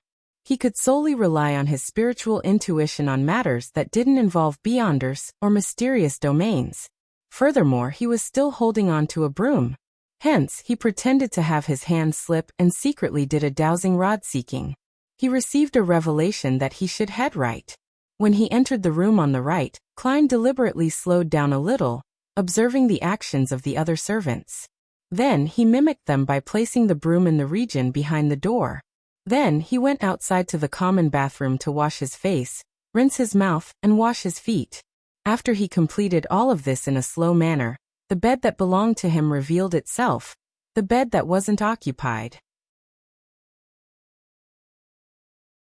Lying in bed, Klein finally felt relieved as he secretly sighed in relief. The servants were all exhausted and before long, they fell asleep, producing a symphony of snores. Klein maintained his consciousness and very slowly removed creeping hunger. Folding it up into a tiny shape, he stuffed it inside the iron cigar case, putting it together with Azek's copper whistle and Senor's gold coin. Seconds turned to minutes as he found it impossible to sleep due to anxiety. All he could do was rely on cogitation to force himself to sleep for a few hours. He woke up at a specific time and released Senor. This marionette's cold aura rapidly melded with the surroundings as the spirit-body threads collapsed inwardly, gradually turning black without any origins. It can still be controlled. Klein nodded indiscernibly and made the wraith use the stained glass windows high above and the bright stone floor tiles to arrive at the staircase that led to the keepers above. He believed that if Senor hadn't been contaminated ahead of time, making Cheney's Gate's core seal think of it as one of its own, it definitely would have reacted and cleansed it. How could a wraith have the ability to move freely in an Orthodox church's cathedral? And due to the tacit approval from the core seal and the disruption from the paper angel, the demigod-level archbishop that lived somewhere in the cathedral wasn't alerted. Under Klein's control, and using the sensations from the contamination, the invisible Senor slowly walked to the second floor before turning left and finding the residence of the keepers. It's Monday tomorrow. This week's Monday shift is likely done by the keeper I met first. Klein had long figured out the roster, so he made the dark red-coated wraith stealthily pass through the wooden door and float into different rooms to identify the target. As there were only a few people inside, he quickly found the pale elder with loose facial skin, sparse hair, and a big-nosed singer immediately took out a sedative vial and placed it to the side. Then, before the keeper sensed anything, it possessed him. The keeper, who was in deep sleep, lost control over his body before he could even wake up to resist. All he could do was open his grayish-blue eyes and watch himself slowly pick up the vial and pull off the stopper. Then he downed the liquid inside. His body convulsed abnormally as his organs seemed to be engaged in a violent struggle. After a full minute, he slowly went limp and closed his eyes again, entering a dreamless sleep. After doing all of this, Senor left the body of the keeper and used all kinds of mirror surfaces to leap back to the servants' quarters before entering Klein's body. Klein immediately emitted a cold, dead, and distant aura. Even showing an expression appeared to be difficult. He slowly got out of bed and silently left the servants' quarters.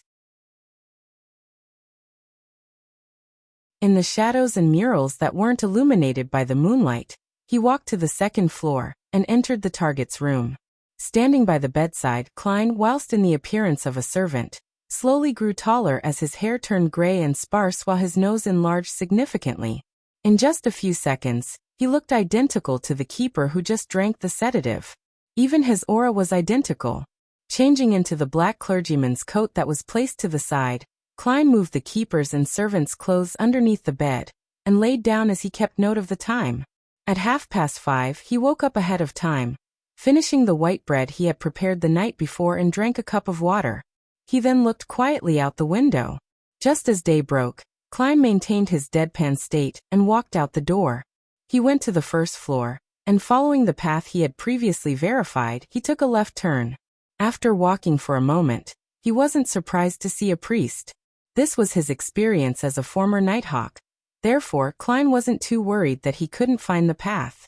The priest stood outside a secret door that led underground.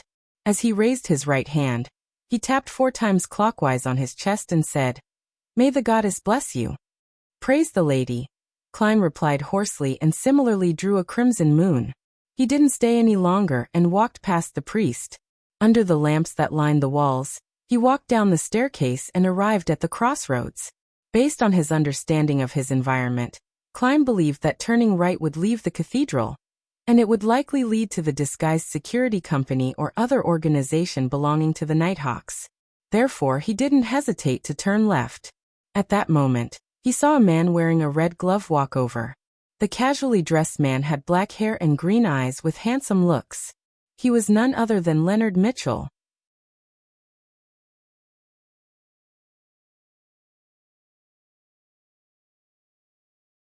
Chapter 831. Just inches away upon seeing Leonard, Klein's back muscles instantly stiffened. His nerves tensed up like a fully drawn bow that could snap at any moment. He remembered very clearly that Leonard had a marauder pathway angel, Pallas Zoroast, parasitizing him. He could sense the uniqueness about his body and from that see through his disguise. If that grandpa were to inform Leonard of the problem with the keeper in front of him, that would be troublesome. I'll just have to hope that my dear poet is afraid that his secret will be exposed, and that he would feign ignorance. Back in Tingen, although he often said that everyone has their secrets and that there's no need to worry about it, that's all regarding matters pertaining to the church. Who knows if he suddenly feels the need to uphold justice, and decides to be loyal, and take the risk to expose me. After all, this matter is very similar with Ensanguils. At that moment, Klein's forehead nearly broke out into a sweat. To be frank, he never expected to encounter Leonard while heading to Cheney's Gate, because he was a Red Glove and not an ordinary Nighthawk. There was no need for him to be on duty, so there wasn't a need for him to be here at that moment in time. However, Klein immediately thought of a crucial point. The one who could detect his uniqueness was Pallas Zoroast and not Leonard Mitchell. The former's attitude was more important. The grandpa knows that I know of his existence. Once he exposes my disguise and pushes me into a corner, he has to be prepared to be exposed by me.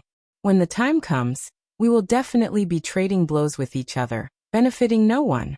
And for an angel from the Marauder pathway who doesn't believe in the goddess, there's no need for that. If I were him, I would pretend that nothing had happened.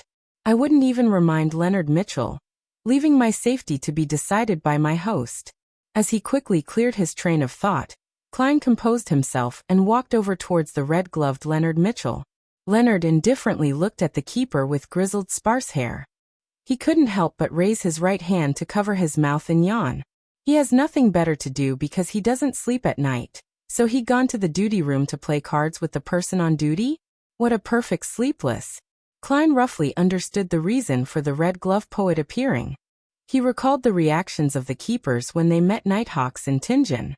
He silently nodded his head at Leonard and drew a moon with his right index and middle finger, tapping his chest 4 times in a clockwise manner.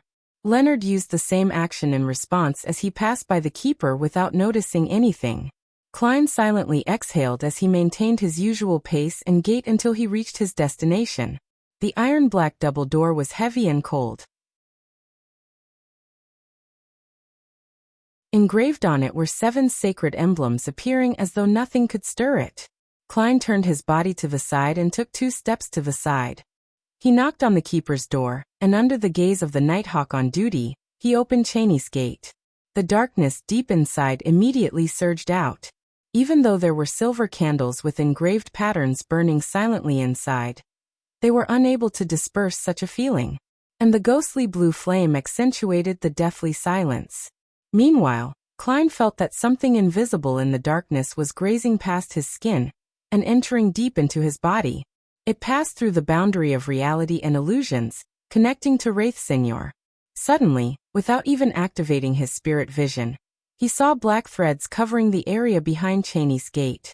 They were gently swaying, either bundled or extended out as though a lady was spreading out her hair, or some monster was flailing its tentacles. Klein walked forward with a deadpan expression.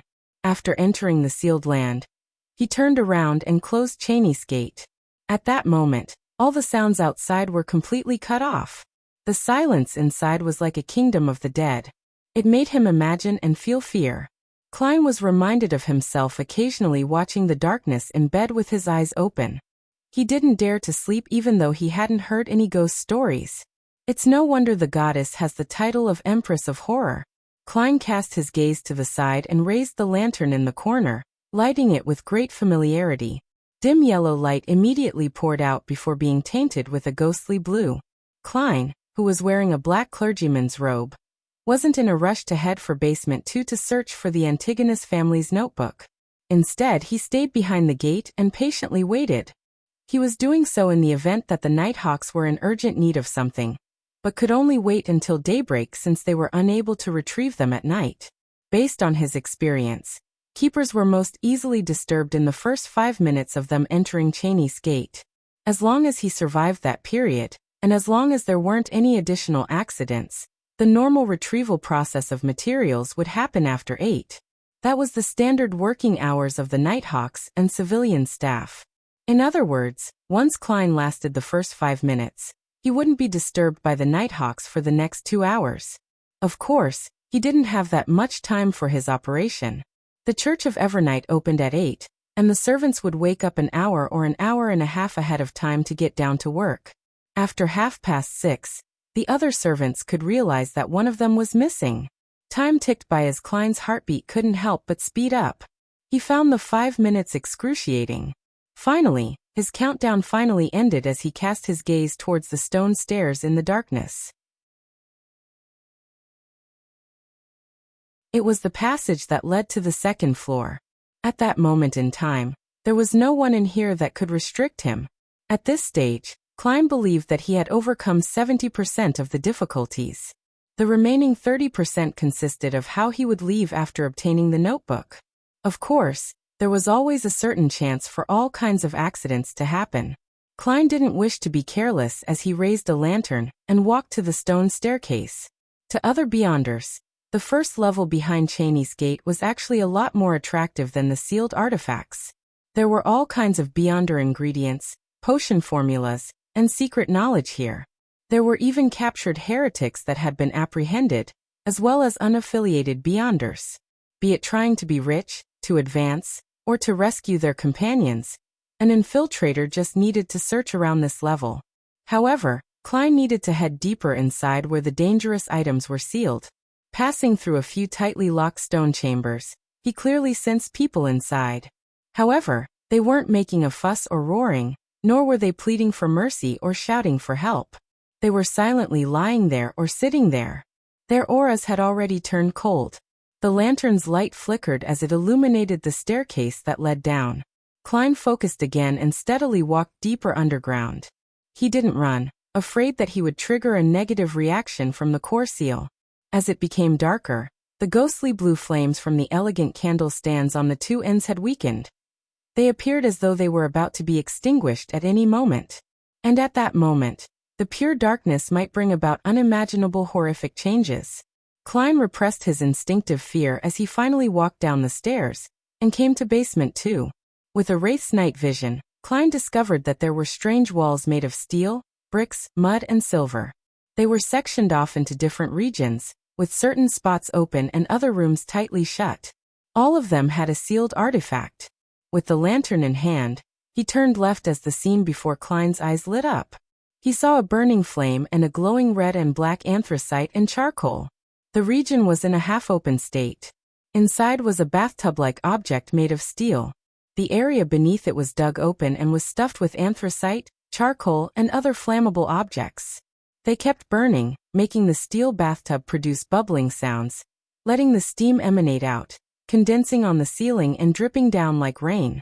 An artifact that needs to be soaked in hot water for the seal. And the keepers need to periodically add anthracite and charcoal to prevent the fire from extinguishing. If there's a sealed artifact that can constantly emit high temperatures, they can be placed together, making the seal easy. Klein glanced at the steel bathtub. Hoping that no accident spoiled his plans, he approached it and used a tool to add some anthracite into the fire pit. When he looked up, he noticed something through the corner of his eye. Immersed under the hot water in the bathtub was a silver metallic object. Together, they seemed to form a heavy full-body armor. And a part of it had unremovable dark red blood stains and splattered red spots. 1-42. An ancient god's blood. So now it's permanently stored in the Backlund diocese. Klein had seen this sealed artifact before as the corresponding information surfaced in his mind. Just as he was about to retract his gaze, he saw the Spartan silver helmet. The helmet's visor had been pulled down, making its interior appear dark. At that instant, Klein felt that a gaze was penetrating it and casting itself on him. He trembled as he hurriedly took 2 steps back, his heartbeat racing erratically. Not daring to observe it any further, Klein composed himself and cast his gaze forward as he steadily walked forward and left the area. After passing through a few sealed areas, his spiritual perception was triggered. He felt that something on the right was summoning him. Furthermore, it was producing the beating sounds of an expanding and contracting heart. Indeed, the Antigonus family's notebook has been waiting for me all this time. Klein silently confirmed his earlier theory, and following the illusory summoning, he changed direction and approached it. In just 2 or 3 minutes, he saw a room with an ajar stone door. It was dark inside without any source of light. With the lantern's illumination, an empty bookshelf formed from white bone appeared in Klein's eyes. On it was an ancient notebook in a black hardcover. It was the Antigonus family's notebook. Hornacis. Phlegria. Hornacis. Phlegria. Illusory voices drilled into Klein's ears as he confirmed his target. Things happened very smoothly, but Klein didn't dare to be careless or rash. He carefully entered the room as he slowly approached, afraid that the mechanism that sealed the Antigonus family's notebook would inflict harm to him. Hence, when he closed in, a hand in a dark red sleeve suddenly reached out from his abdomen. It was Wraith Seigneur's hand, one of the principles of a marionettist. Use as a marionette as much as possible in situations that a marionette could be used. If anything were to happen, the marionette would bear the brunt. At this moment, there was a slam from the direction of the door as though someone had walked in. Klein's pupils dilated as he lunged for the bone shelf without any thought, making the marionette's hand by his abdomen grab the Antigonus family's notebook. At the same time, his right hand reached into his clothes and opened the iron cigar case and wore creeping hunger. He was attempting to teleport directly outside before the core seal reacted. During this process, a scene of the door naturally appeared in his mind. A figure wearing a hooded classical robe was standing there. The figure had a pretty face that wore a lifeless expression. The deep black eyes lacked any spirituality. That high-ranking member of the church that directly wiped Mr. A out of existence and ended the Great Smog of Backland? Why would she be hiding underground? That's not logical. Just as a sense of horror emerged in Klein's heart, he instinctively lowered his head to look at his body. His body was rapidly being wiped away like an eraser erasing a pencil drawing. Before he could touch the Antigonus family's notebook, he had completely vanished.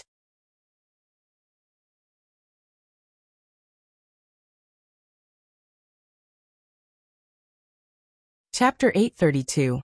Town before his brain short-circuited. Klein only had time for two thoughts. How powerful. There's no way to resist. I wonder if I can be revived from such a death. As his thoughts resonated, Klein's vision turned pitch black. He lost all his senses as he entered a dreamless slumber.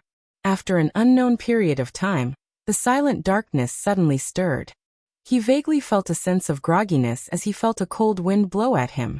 As his thoughts thawed bit by bit, Klein slowly opened his eyes and saw fog everywhere above him. The crimson moon was hidden in it, occasionally showing itself. Did I just resurrect again? Or have I entered the underworld? Even if it's the latter, that's not too problematic. I might even be able to get the skeleton messenger to contact Mr. Azek. However, I'll have to become an undead creature or spirit world creature.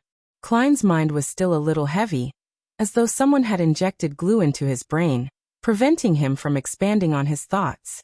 Slowly, he sensed his body and heard his heart beating. His mind quickly turned lucid as he believed that the possibility of him resurrecting was higher. Perhaps he had been thrown out into the wilderness. Pa. Klein's joints produced a crack as he jumped to his feet. Without checking his physical condition, he first observed his surroundings and confirmed the type of environment he was in.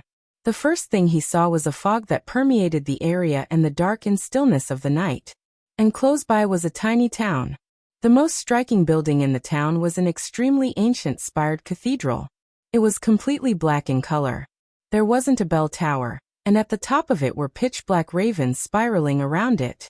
Around the cathedral were many buildings. They were normal two-story residences and simple wooden huts. There were bread shops with hanging signboards and grayish-white mills using water wheels for power. However, there wasn't a single pedestrian. They seemed to be asleep in the quietness of the night. As a seer, Klein instantly found the town very familiar, as though he had seen it somewhere in the past. After a brief recall, he remembered what it represented. This was the source of danger of the nighttime in the ruins of the Battle of Gods. After entering the easternmost region of the Sonia Sea, if one didn't sleep and enter a dream world when night fell, it would be discovered that the person would have gone missing once it was daytime. Klein had once been jolted awake in a dream with the Saint of Darkness, and he saw in the distance a place which was enshrouded in the tranquility of the night. There was a mysterious and bizarre foggy town. He even suspected that all the living beings that vanished at night in the ruins had entered the town. Now he was there himself. He was less than 100 meters from the foggy town. It's related to the night. The target vanishes like it was erased. The power of that high-ranking member of the church doesn't directly kill her enemies, and she instead sends them here? Do the living beings that vanish at night in the ruins also encounter such situations? But it's said that there's no way to obtain their whereabouts via divination. The only interpretation they can conclude is that they might still be alive. Of course, it's also possible that I can be resurrected, thus appearing here. Amidst his thoughts, Klein retracted his gaze and used his ability as a clown to observe his physical condition. He had already changed back into Klein Moretti, but he was still wearing the keeper's black clergyman robe. He didn't have any signs of an injury on him.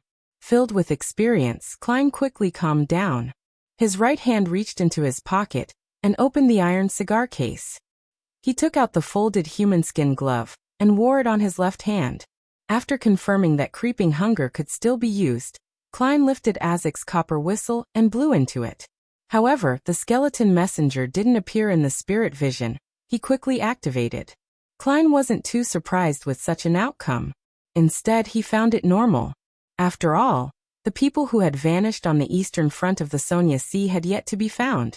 After all, over the years, there was likely no lack of beyonders here who could summon messengers, such as the members of the numinous episcopate.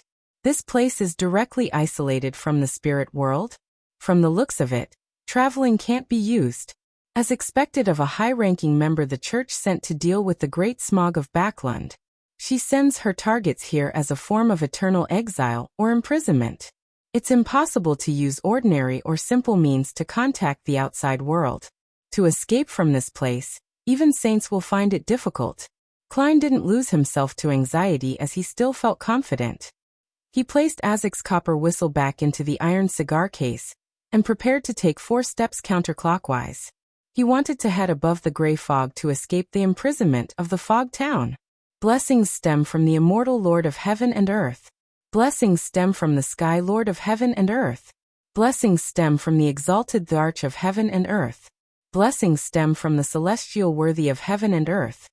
With 1 sentence per step, Klein rapidly completed the ritual.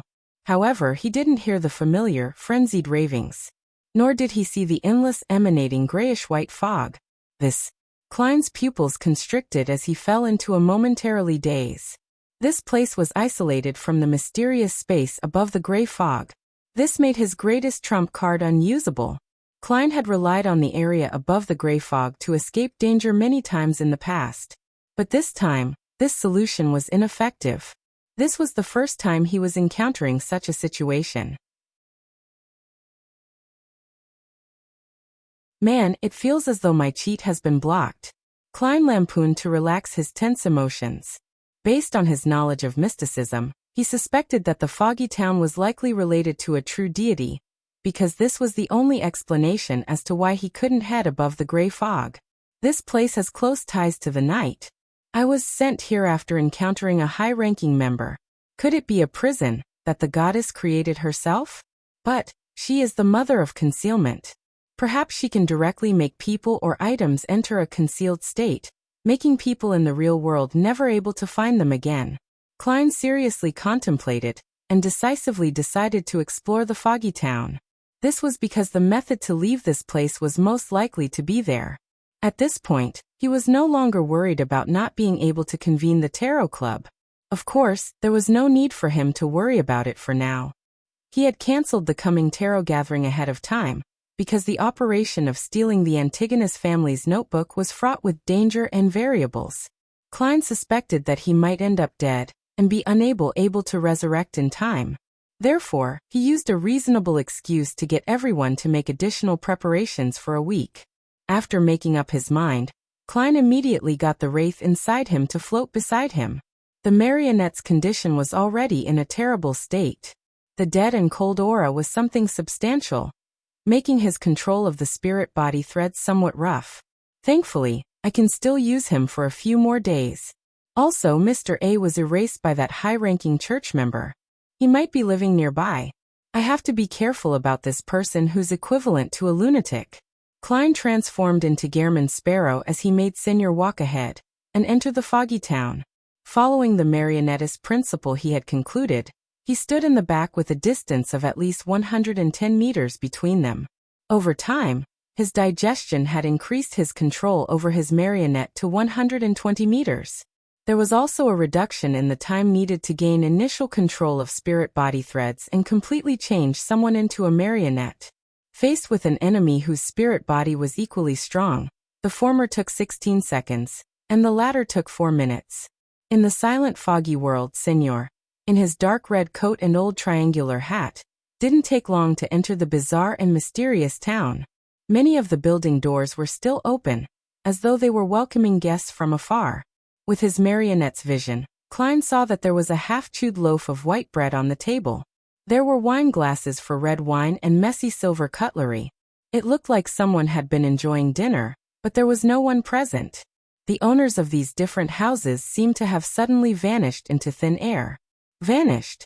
This term suddenly surfaced in Klein's mind as he hurriedly made Senior cast his gaze towards the grayish-white mill. Inside the mill, the wind-powered mill was rotating silently, but other than the floor that was scattered with flour, no flour came out again. This scene feels familiar. I seem to have heard of it before. Klein frowned bit by bit. As he relied on his marionette, he continued surveying his environment while carefully recalling the similar situation. Just as he was considering using dream divination to question his spirituality, he found the corresponding answer. A similar scene had appeared in the ancient ruins that appeared at the main peak of the Hornacis mountain range. Based on the literature, the buildings there had every arrangement and decoration well preserved. Even the wall murals didn't have any signs of damage. The table was arranged with cutlery, and there were dried stains of rot on the dining plates.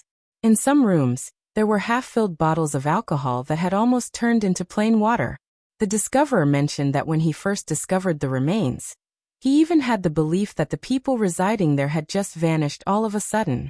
There's some relation between this foggy town and the main peak of the Hornacis mountain range?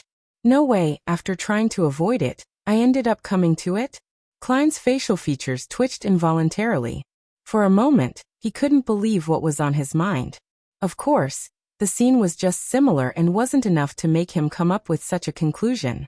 After taking a deep breath and slowly exhaling, Klein forced himself to calm down. He controlled Wraith Senior and made him venture deeper into the foggy town. At that moment, he heard light footsteps. Klein's heart tensed up as he hurriedly hid inside the mill and made his marionette stop. In just a few seconds, Wraith Senior saw a woman walk out from a nearby alley. She wore a pure white robe, and her hair was pulled back, revealing her long, white neck. She looked extremely beautiful.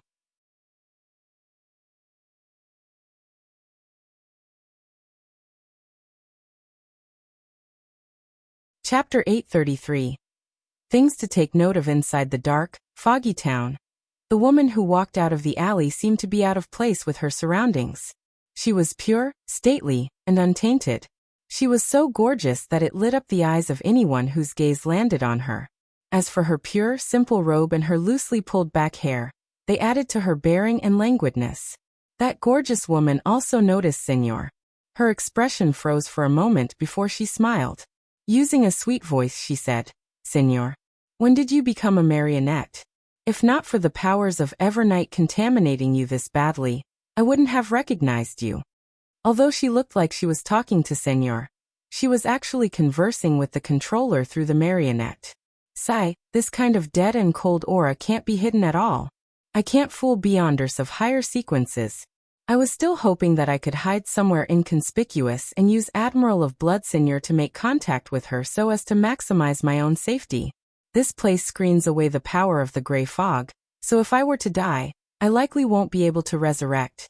Klein hid inside the grayish-white mill and made his marionette speak hoarsely. "If you could leave, you'd easily find out that I've been serving my master more than a month ago." He used Admiral of Blood's tone and experiences to answer as though he was still alive. This was the acting principle of a marionettist, to let each marionette have their unique identity and setting. Meanwhile, Klein also buried a keyword leave, in preparation to broach the topic of leaving. In this bizarre and mysterious town, he didn't have thoughts of instantly killing any demoness that he saw. Ignoring the question of there being any good demonesses, and whether he was equipped with the strength to do so. Just the fact that they were trapped in here had made it imperative that he communicated with her for intelligence to seek a way to get out. This was enough to make him choose peaceful coexistence for the time being. The woman in a simple white robe chuckled and said, "Not forgetting to constantly act. From the looks of it, you will quickly digest the marionettist potion. A member of the secret order? She's very familiar with the seer pathway." The Demonist sect was a secret organization that was active in the Fourth Epoch. Even if they didn't have close ties with the Zeratul or Antigonus families, they should be quite familiar with each other. It's very normal to understand the seer pathway. Of course, the premise to that is that this lady is a demoness. Klein's heart stirred as he deliberately asked, "Aren't there other possibilities?" He tried to sound her out to see if other organizations might wield control over the seer pathway. The beautiful and pure lady walked forward and leaned towards Admiral of Blood Senior as she said with a smile, "It doesn't matter which organization you belong to. We have been exiled here, and it's practically eternal imprisonment. The past no longer matters. What matters is the future. whether we can cooperate to find a way of leaving. I failed to sound her out. Klein made the wraith reply. That's exactly what I was thinking. How may I address you? As the lady approached Senor, Klein caught a whiff of a refreshing fragrance with his marionette's sense of smell. Due to her words, he suddenly had a baffling thought to help each other in such a perilous situation while abandoning all morals. To help warm up each other's souls with their bodies. She's like a demoness. Her voice sounds more familiar the more I listen to her. But why can't I put my thumb on it? What a pity. There's no way to use dream divination in such a situation. She will be able to seize the opportunity while I'm unconscious. And it's hard to predict what will happen. Klein frowned slightly. This beautiful woman with a tinge of languidness raised her hand to stroke her hair, accentuating her petite ear. Panatia. What about you? Klein had originally planned on randomly choosing a disguise, such as the Aurora Order's Mr. X or Death Announcer's second mate, Curtius. After all, he could use creeping hunger to simulate their powers, but he ultimately gave up the disguise and directly said, Gehrman Sparrow. He didn't know when this suspected demoness had entered the foggy town, so he was unable to eliminate the possibility that she knew about Admiral of Blood's disappearance. Panatia nodded and asked, How did you get in? Klein didn't keep the truth from her as he said with the marionette's mouth, I encountered an unknown lady. She wore a hood, and her eyes were like the night, but it lacked any spirituality. Panatia fell silent for 2 seconds before saying, So it's her. Heh. She didn't continue in detail as she said with a smile. What did you actually do? You actually managed to get the Church of Evernight to send her to deal with you? Panatia had changed the pronoun she used. Her? That lady is an angel? An ascetic from the church? Panatia seems to know much about her. Klein's thoughts whirred as he said vaguely, I infiltrated St. Samuel Cathedral and attempted to steal a sealed artifact, but in the end, he didn't go into the details because he had no idea how he encountered the lady. Klein believed that as an angel, it was impossible for the lady to keep living behind St. Samuel Cathedral's Cheney's gate. There was nothing in there that required an important figure like her to keep watch on the entire time. Is that so? So she is indeed in the basement of Samuel Cathedral. Panatia seemed to confirm something. In secret organizations, the word saint is not used when talking about St. Samuel Cathedral. I should take note of this detail in the future. Klein ruminated over her choice of words. Panatia didn't continue on the topic as she said with a smile, All right, let's not bother with the past. Just as I said, what's important is the future and how we can escape. Klein used this opportunity to make Senor ask, What do you know about this place? Panatia glanced at the spired cathedral in the middle of the town and said, This place isn't the real or spirit world, nor is it the astral world. It's in some kind of secret, hidden state.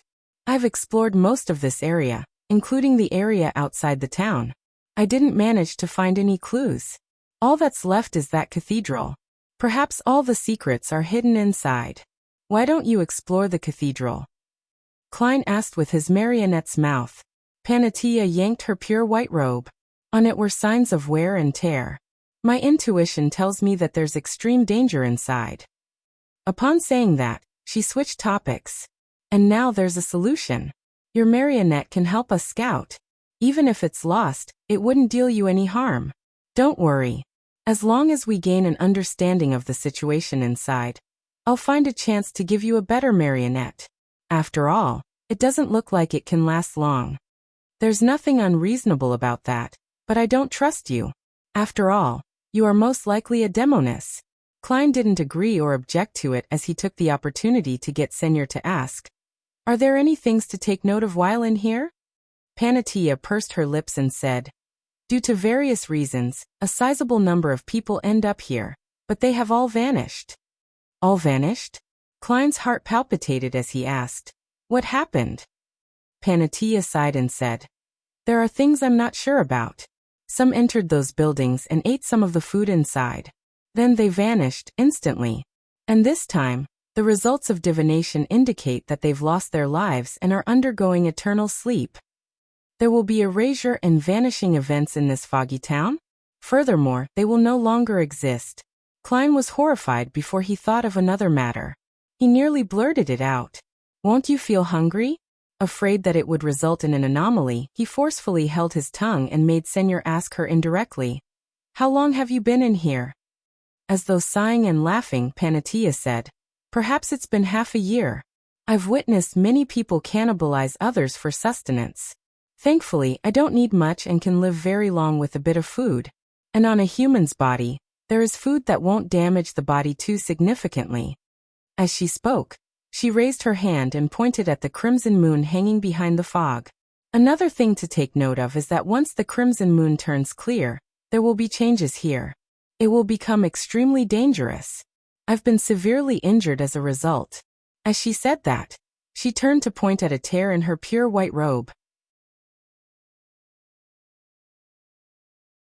Klein subconsciously made Senor cast his gaze over, and he saw that at her collarbone underneath the tear, there was a deep wound that exposed her bone amidst fair, supple skin. At this moment, the skin transformed, producing dense patterns of mystery and colors of darkness and evil. Klein's mind seemed to explode as ravings and cries resounded in it. Meanwhile, his breathing became difficult as his body rapidly weakened. He couldn't help but collapse backward as he broke into a coughing fit. Then he saw the pure white robe and the two long female legs, Panatia. This lady had already entered the grayish-white mill, and as she watched the struggling Gehrman sparrow, she cracked the corners of her lips and revealed blood-colored tendrils in the gaps between her neat, white teeth. She softly said, Got you.